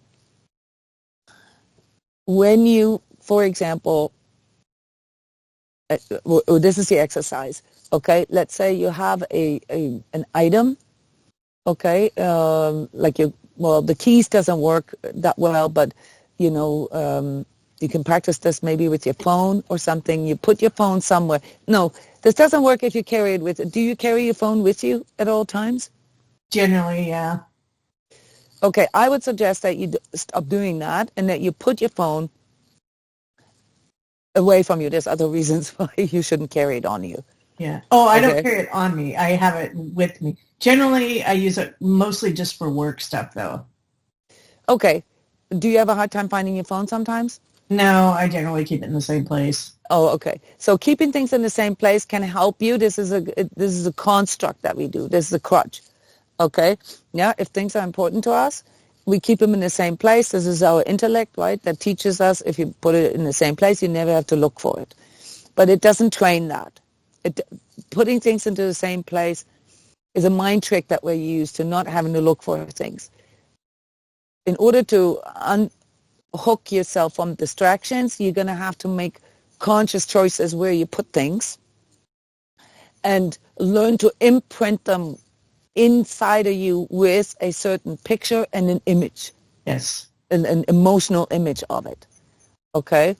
So let's say you do this on purpose. You take your phone and don't put it on the same place. You put it somewhere else on purpose. On purpose. Change the place where you put your phone. Okay? Okay. Change your place where you put your phone, and you change it every day. Every day you change the place. It could be, if you're in a desk environment or whatever, to the left on the shelf or to the right or in a drawer, or change it every day. Do this for 5 days. All next week. Every day put your phone into a different place. Okay. But don't just put it into a different place. Look at where you're putting it. Picture this. Like draw a picture in your head where you're putting it.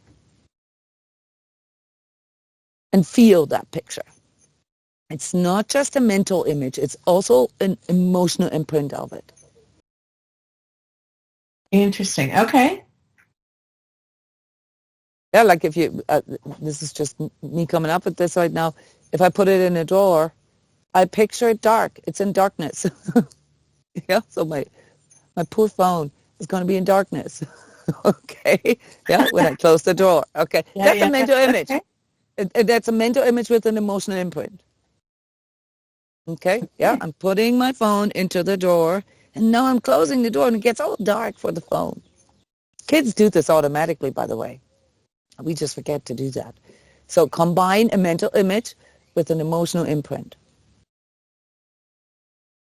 And when you come back to your desk, let's say you go somewhere and you come back to your desk, you see your phone isn't there. Where's my phone? What does that practice? How does that help you with forgetfulness? You have to learn to consciously retrieve an intention. Yeah. Okay, so you go about your day. That would be the transference of it. You go about your day about noon. About noontime. You completely forgot what you wanted to do, and so you make it a habit of at least latest at noontime to recall. What did I set out as an intention this morning? And that intention, just like the phone, okay, will later have to be imprinted with a visual, with an imagery and an emotional imprint, so that you can recall it regardless of all the stuff that is going on in your physical world. I use sticky notes for that, but I don't have the what sticky notes don't work. The imagery or the. No. I need a. Sticky notes don't work. Spiritual sticky note is what I need. Yeah, that is like a spiritual sticky note, okay? Because you're working on a different level here. Yeah. What a cool exercise. Okay, I can do that. Yeah. So let's call this. I'm going to write this down. A spiritual sticky note. That's how you do this, okay? Especially if your goals or your intentions are, spiritual of nature. Yeah, I want to be more grateful today, or I want to be softer today, or I want to do something loving for somebody else, or whatever. Those are spiritual goals. Those are spiritual intentions. Yeah. It works with items too, though. Yeah, it works on all levels. A spiritual sticky note works on all levels, but especially if you have difficulties remembering sort of spiritual intentions that you had for the day. Yes. Yeah, which I assumed that like we talked about, good intentions. Okay. Yes, exactly. Yeah, that they're spiritual in nature. So especially with those, it won't work with the physical sticky note. It won't work. Yeah. Yep. Very cool. Thank you. Okay, how about those who have a hard time making their body do what they want the body to do? Let's say an exercise routine, or letting go of a certain behavior.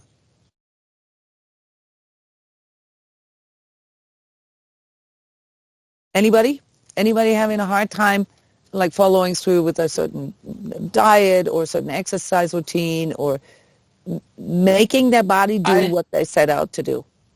I have. Okay, great.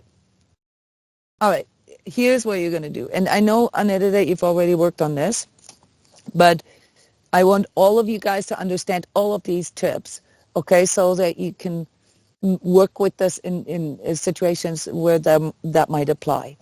If you have a hard time making your body do what you want to do, okay, that's a weakness in your etheric. Yeah? So the etheric isn't strong enough to make your body do it. Okay? No. So we have to practice that connection. You have to practice the connection between the etheric and the body. Okay? How do we do this? We learn a new activity. This is something that your energy coach, me, has been recommending to you all along.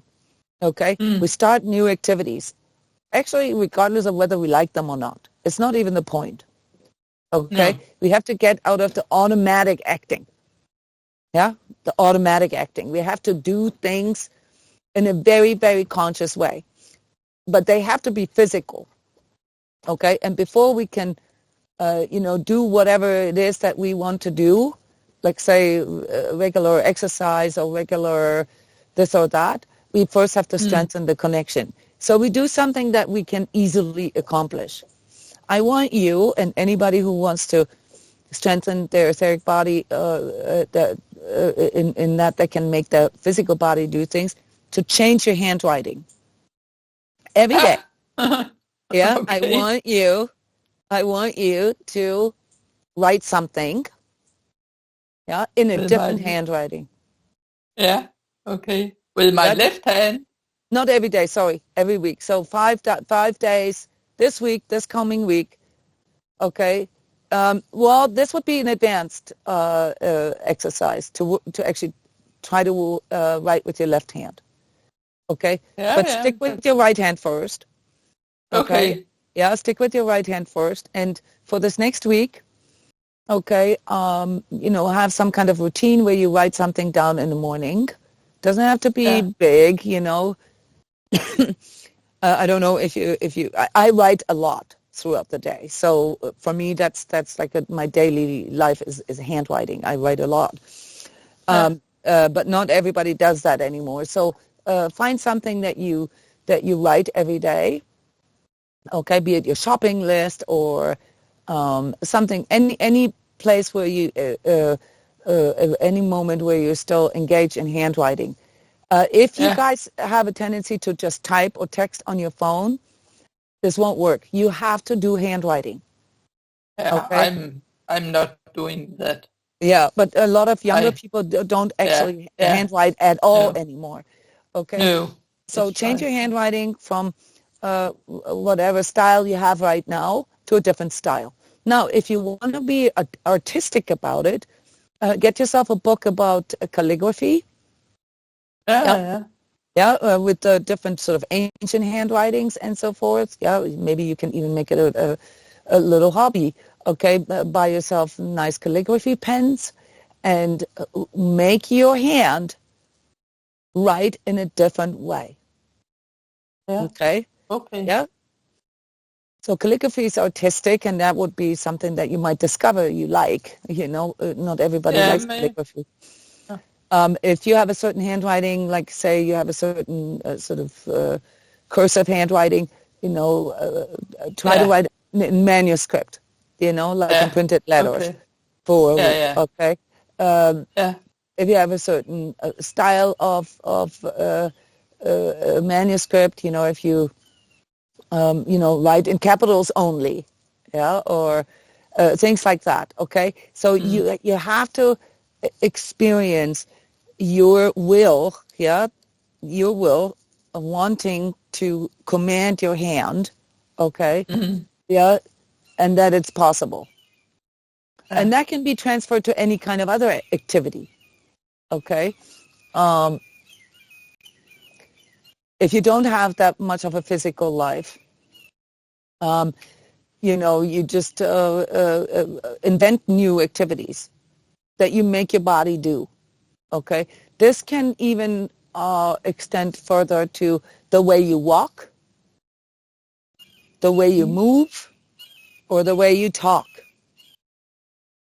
Okay. The way you talk Yeah. is something that you're working on right now. Yeah, yeah, yeah. Okay, Yeah. so that is why I have been recommending this to you as your energy coach. Okay, you could do this with, you know, just recording yourself, you know, your voice or your movements, and then consciously change your posture. Consciously change the way you walk. Consciously change the way you use your voice. Yeah. Okay. But the point is that you strengthen your etheric energy field through making your physical do things.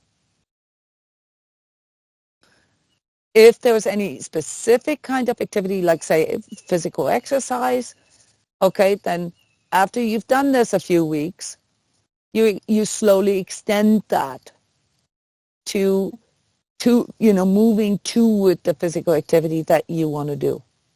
Yeah. Okay. Yeah, so let's say Yeah.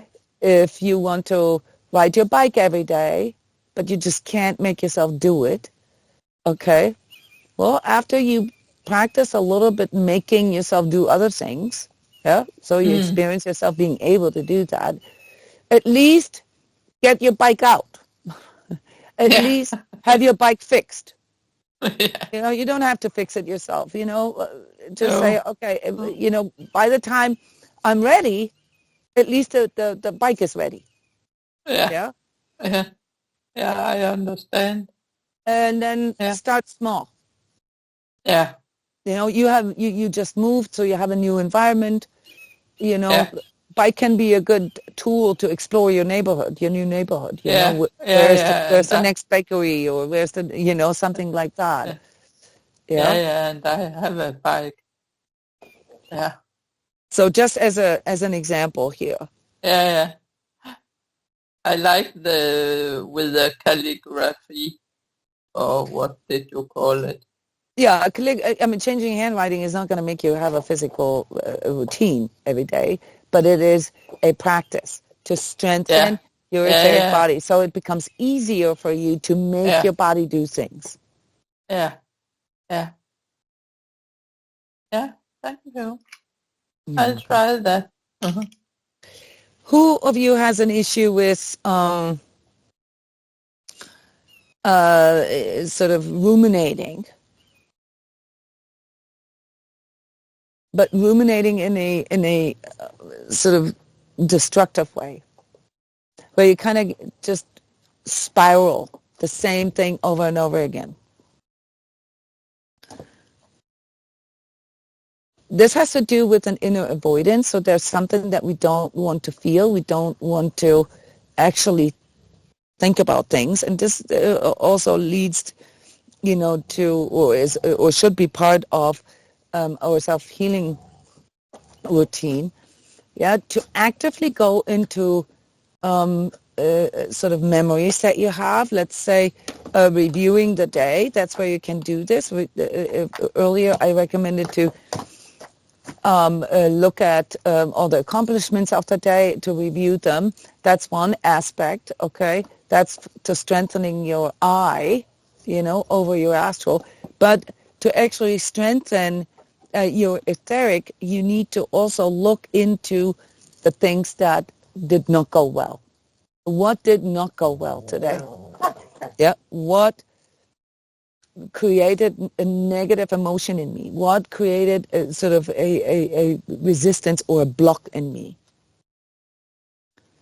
Okay, and journal. Walk yourself through it. How it happened. Most of us get blocked in our ability to follow through because there is a negative emotion that is stuck there somewhere that we can't really put a finger on it. And by walking ourselves through something that happened that created a negative feeling in us, we can better understand what it is that blocks us. I give you an example. There's a lot of things that I have to decide that I have to deal with every day. But then there are things that I procrastinate. What are the things that I procrastinate? I procrastinate the things that create negative feelings in me. Okay? Now, in my case, I'm already aware of what blocks me. But most of you are not aware of this. For example, I have to turn in something to like a government agency. It's just a simple form. It takes like maybe 5 minutes to fill it out and to send it. But I have an inner resistance toward it. And that blocks me from not just doing that, but also doing other things. Okay, now the logic would say, oh, just get over with it and do it. But there is something there, that keeps me from doing it. Do you guys know what I mean?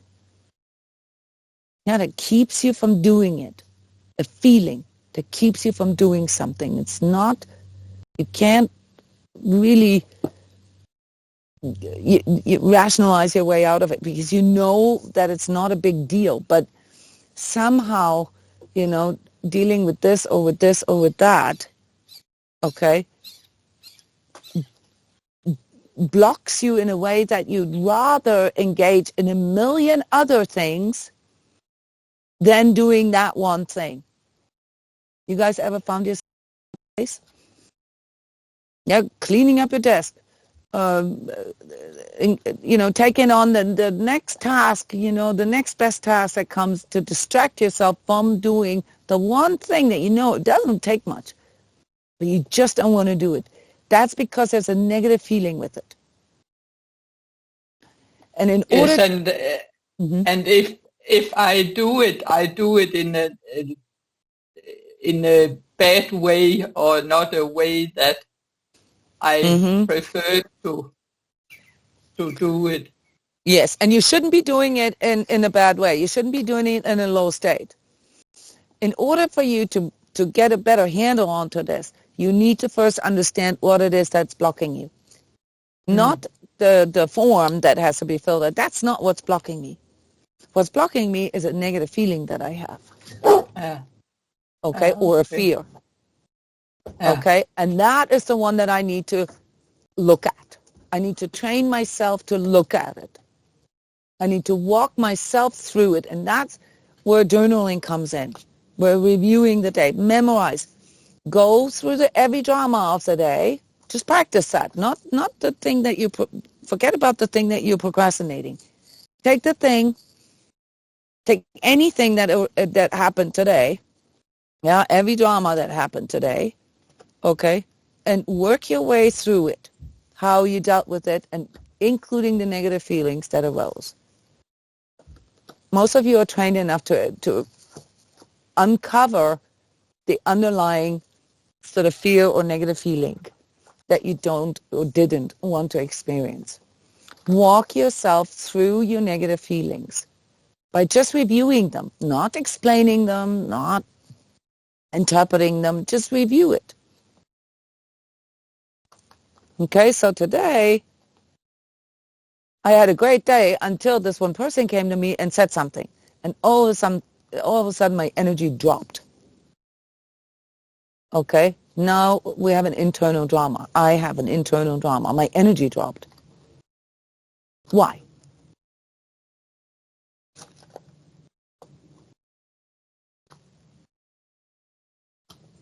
Walk your way through it. And do this for like a week. Okay? Walk your way through how it came that your energy dropped. Because when your energy drops, that creates a negative feeling in you and a negative memory. Become more aware of those. Because when you need it, when you deal with something, say, important that you're procrastinating, in order for you to overcome the block that you have, you first need to know what it is that is blocking you and what the feeling is that is holding you back from going there. And you will find that a lot of times that negative feeling or negative memory that it's tied to doesn't even have anything to do with what you need to do. Have you guys ever experienced that? You procrastinate something forever, and then one day you're having a good day, you finally face it, you do it only took 5 minutes, and it's done. You ever had that? And you don't even remember why it was so hard for you. The reason why you could overcome that in that moment was because you were in a higher state of energy. You could handle it. You could handle facing that negative emotion. But the problem with life is that you can't always consciously shift your energy into a higher state. So we often become imprisoned by these negative memories, these negative feelings. So become more aware of your negative feelings that you are holding towards something.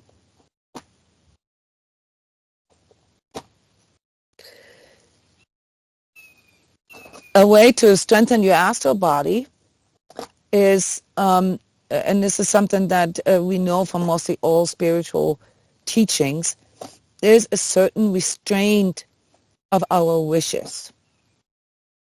Okay? So there are these urges that we all have, right? Our wishes, like oh yeah, I this, or I want to, have this, and consumerism plays directly into this. Okay, and then we do it, and then we feel good for 5 minutes, and then there's an emptiness.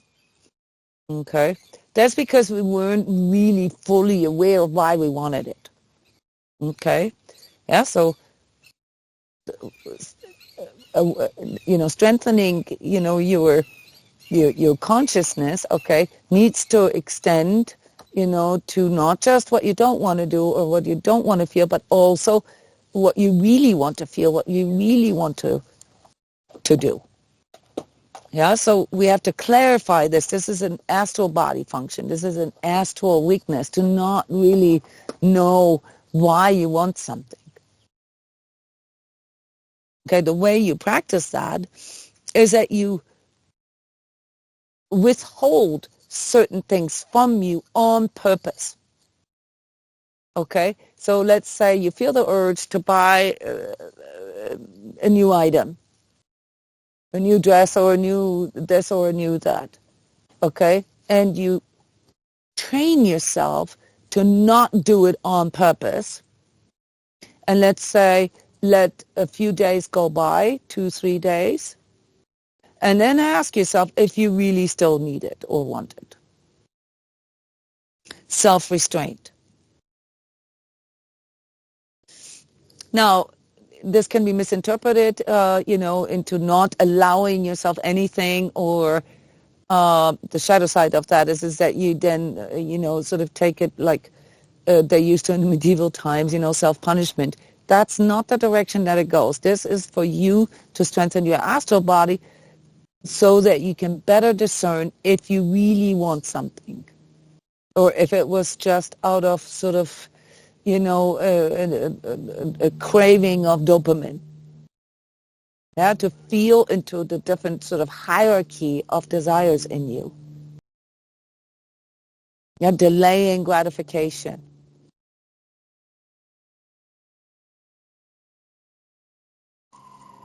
Another way to strengthen your astral body is also to do things in different ways.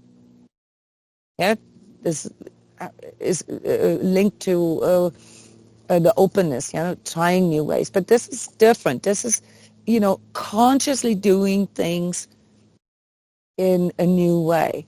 So once you strengthen your etheric body, where you have a little bit more control over how you do things, then you can start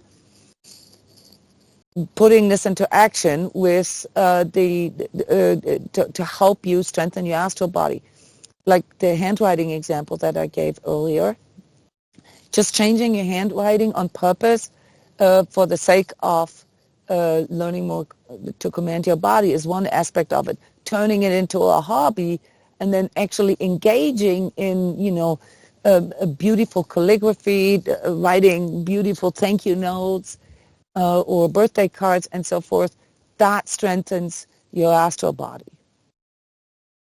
Yeah, where you, instead of doing things hastily or just so that you've done them, just that you sort of conformed with something, you do it more consciously and you put more love into it. You put more attentiveness to it. But you have to first explore the different ways of doing that. I often have this when I bake cakes or cookies or torts or whatever. There's a way for me to make a cake, without even thinking, okay? So kind of like an automaticness of it. And the cakes turn out okay because I'm a good baker, but it's a whole different experience when I try a new recipe, for example, yeah, or a new way of doing it. It's a whole different experience. It forces me to focus more. So that's something that you can do to strengthen your astral body. To strengthen your I consciousness, your higher self, okay, some of these exercises that we had here play into this. They will help with this, some of the 6 basic exercises, especially here the openness, okay?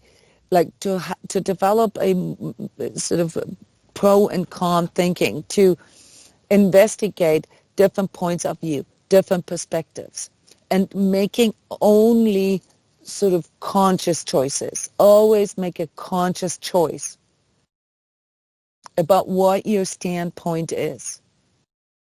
Yeah, I explained it earlier. We have to liberate ourselves from those preconceived opinions that we foster, okay, and strengthen our personal standpoint, strengthen our choice. That is how you strengthen your higher self. This works the best in the face of adversity. Okay, when in the face of adversity, of crisis, we are forced to do this. Just think of the pandemic, for example, where we were forced to make a choice. Yeah, and most of us made an unconscious choice. We followed the preconceived, program or idea, or how we were told we were supposed to do it, without actually developing our own standpoint. Now, some of us had our own standpoint, but weren't strong enough to put it into action. Yeah, we realized that, some of the mandates and some of the lockdowns and the face mask wearing and all that was not really doing it, but we still did it. Why? Because we weren't strong enough in our own standpoint, in our own spiritual ID, if you will. So in crisis, and moments of adversity, we are being forced to develop a standpoint. Or let's say, in a more positive way, it's a tool for growing our own standpoint. So we can't run away from that. If you never make your own choices, you cannot develop a solid higher self connection. Yeah, the things that where you have to make decisions. Yeah, has to do with, the ability to make decisions. They need to come from you, from your inner investigation, due to the power of your consciousness, your discernment, your choice. So you can practice that, okay, by investigating different points of view, just as a mental exercise. Yeah, you listen to someone maybe on TV or whatever, and they're saying something, and then you like, okay, I can see how that guy, how he comes to that perspective. From his perspective, I can see that. And then you ask yourself, well, what's my perspective?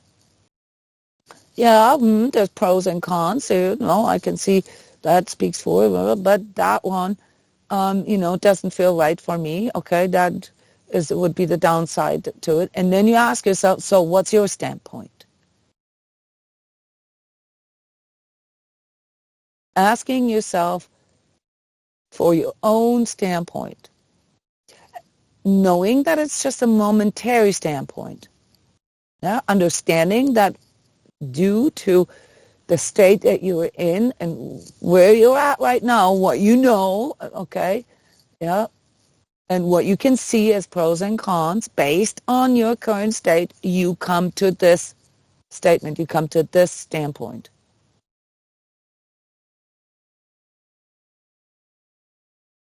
Tomorrow you might come to a different one, but to strengthen your connection with your higher self, you take these snapshots of where you are standing with something at a given time. This also helps with self-healing, with the past and inner child and shadow aspects and so forth, because you will then realize that whatever it is that you did like 30 years ago, okay, it was based on a different perspective, on a different consciousness level, on, a different level of experience and knowingness. You don't have to identify with it. I'll make everything a conscious choice. And then lastly, and this will help you with emotional intelligence, stay away from drama, guys. Stay away from gossiping. Stay away from unnecessary bickering and criticism. This is a big disease that our society has nowadays, is like this constantly bickering and negativity about everything that other people do or that you do. I was given an example in yesterday's soul self-initiation session where I said, I have a person in my life that no matter what I do, no matter how good it is that I do, will always come to me and point out the one flaw, the one imperfection. Learn to overcome this. Learn to judge what you do from within yourself, from within your own virtues. Okay? Did I do the best I can? Did I do what I could do? Yes. Don't relate yourself to others. And this is the more important part of that, understand others. That person that I just mentioned is not a bad person. It's a wonderful woman. I like her. But she's so anxious, okay, that she can't but help herself seeing only the flaw and not being able to see the bigger, the greatness in it. So I can even understand her, because within her anxiety, within her imprisonment of fear. That's all she can see. So I don't take it personal.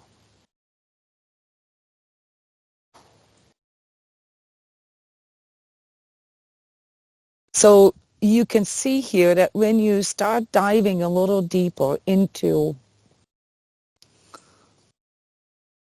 fear, anxiousness, anxiety, and what it can do to us without us being aware of it, you also understand why it's being used against us.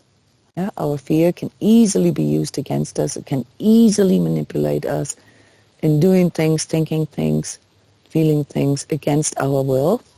And that is the whole purpose of not only building a bridge between the spiritual and the physical reality, but forming our conscious awareness, mastering our thinking, mastering our willing, our feeling, and mastering all these things. Those are not just ideals, guys.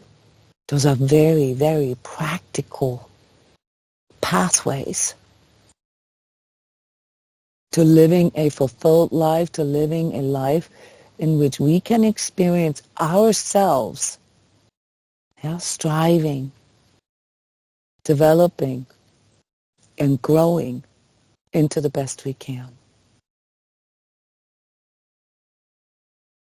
So I hope that this deep dive here helps you to understand some of the connections a little better. I hope that you can carry away some practical tips from this. There's obviously a lot more that can be said about this.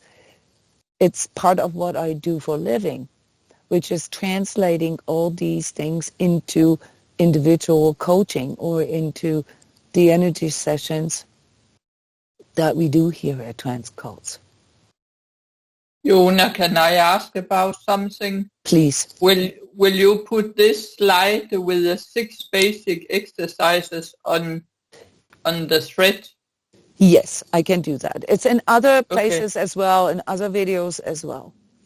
Okay. It's very fundamental. These extra tips that I gave you in overcoming certain things, those are things that I usually tell you guys in coaching sessions. Yeah. Yeah, that's the practical application. Mm-hmm. Yeah. Thank you. You're welcome. Any other comments or questions, maybe?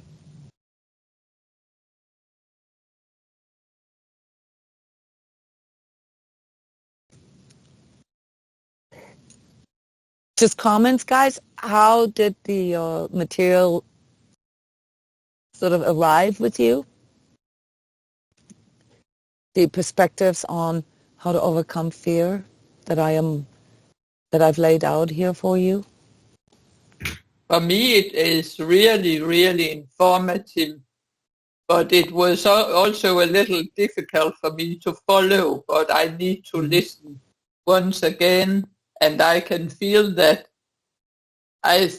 what I think is a little difficult for me is that with the astral and the etheric. That's okay. Yeah, that's okay. I need to listen once again, but it felt really informative and I liked it really much. A simple way to distinguish the astral body and the etheric body is to call it heart and mind. Okay. Yeah. Okay. Yeah. Okay. Do you know what I mean? Except for the heart, not as in just your emotions, also, your higher heart. And the same with the etheric, not just, your automatic thinking, but your conscious thinking. Yeah. Okay. Yeah. Wonderful workshop, wonderful practice. I loved it. And I will have to listen to it again. Yeah, it's, of course now, in hindsight, this was 2.5 hours, so maybe we should have done 3 parts, but in actuality, you saw me, I was struggling to summarize part 1, and it took me almost, more than half an hour. So when we stop the process, okay, we have to kind of work our way back into the process to be able to feel and look deeper. Yeah. So I like doing longer workshops in one piece because that's sort of, we can follow along with it. Yeah. And it didn't really feel that long, to be honest. Yeah, it went by fast, didn't it? Yeah, it was good. Great. Well, thank you guys for being here live, for asking questions, for commenting, for allowing your sharing to be part of the examples. All right, so this is wonderful because without these practical examples, it's sometimes difficult to understand this material. Yeah, there's obviously a lot of prerequisites to fully understanding the material. For example, the understanding of spiritual hierarchies, the understanding of our fourfold human body, all part of spiritual sciences. I have created lots of different workshops where you can go back to and refresh this memory. You can also read this up in anthroposophical writings, in Rudolf Steiner's books, and his collected works. Yeah, so none of that is just invented by me. It's just sort of rendered by me and interpreted and presented by me. Okay, so you can go, literally onto YouTube or onto Google and, look these words up, and you will find a lot of extra information there. I'm just trying to, sort of summarize it in a way that I think it's understandable. And for that, I want to thank you guys for spending your time with how I present this here, and I hope that it helps you. Okay. We see each other soon, probably in the next year, with the next workshop, which is also going to be a two-parter. And that, dealing with anger, doubt, and apathy. Yeah, so we worked through fear here. We now have to work with some of the even lower vibratory aspects of our energy bodies, and we will, or the expressions of our, the lower expressions of our energy bodies, and we're going to use from here on the distinctions of the fourfold human body. Okay, so this will be done in January. Thank you so much, everyone, and have a wonderful holiday season.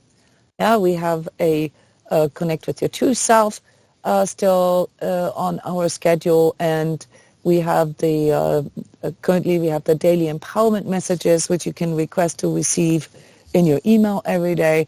And then starting with the winter solstice, we're going to talk live daily in the the Christmas Day. We're going to talk lively and go through the 12 days of sacred self together here at the same time every day for 12 days, and tuning into these holy days, the last 12 days of the year. I'm looking forward to this as always. See you soon. Bye-bye.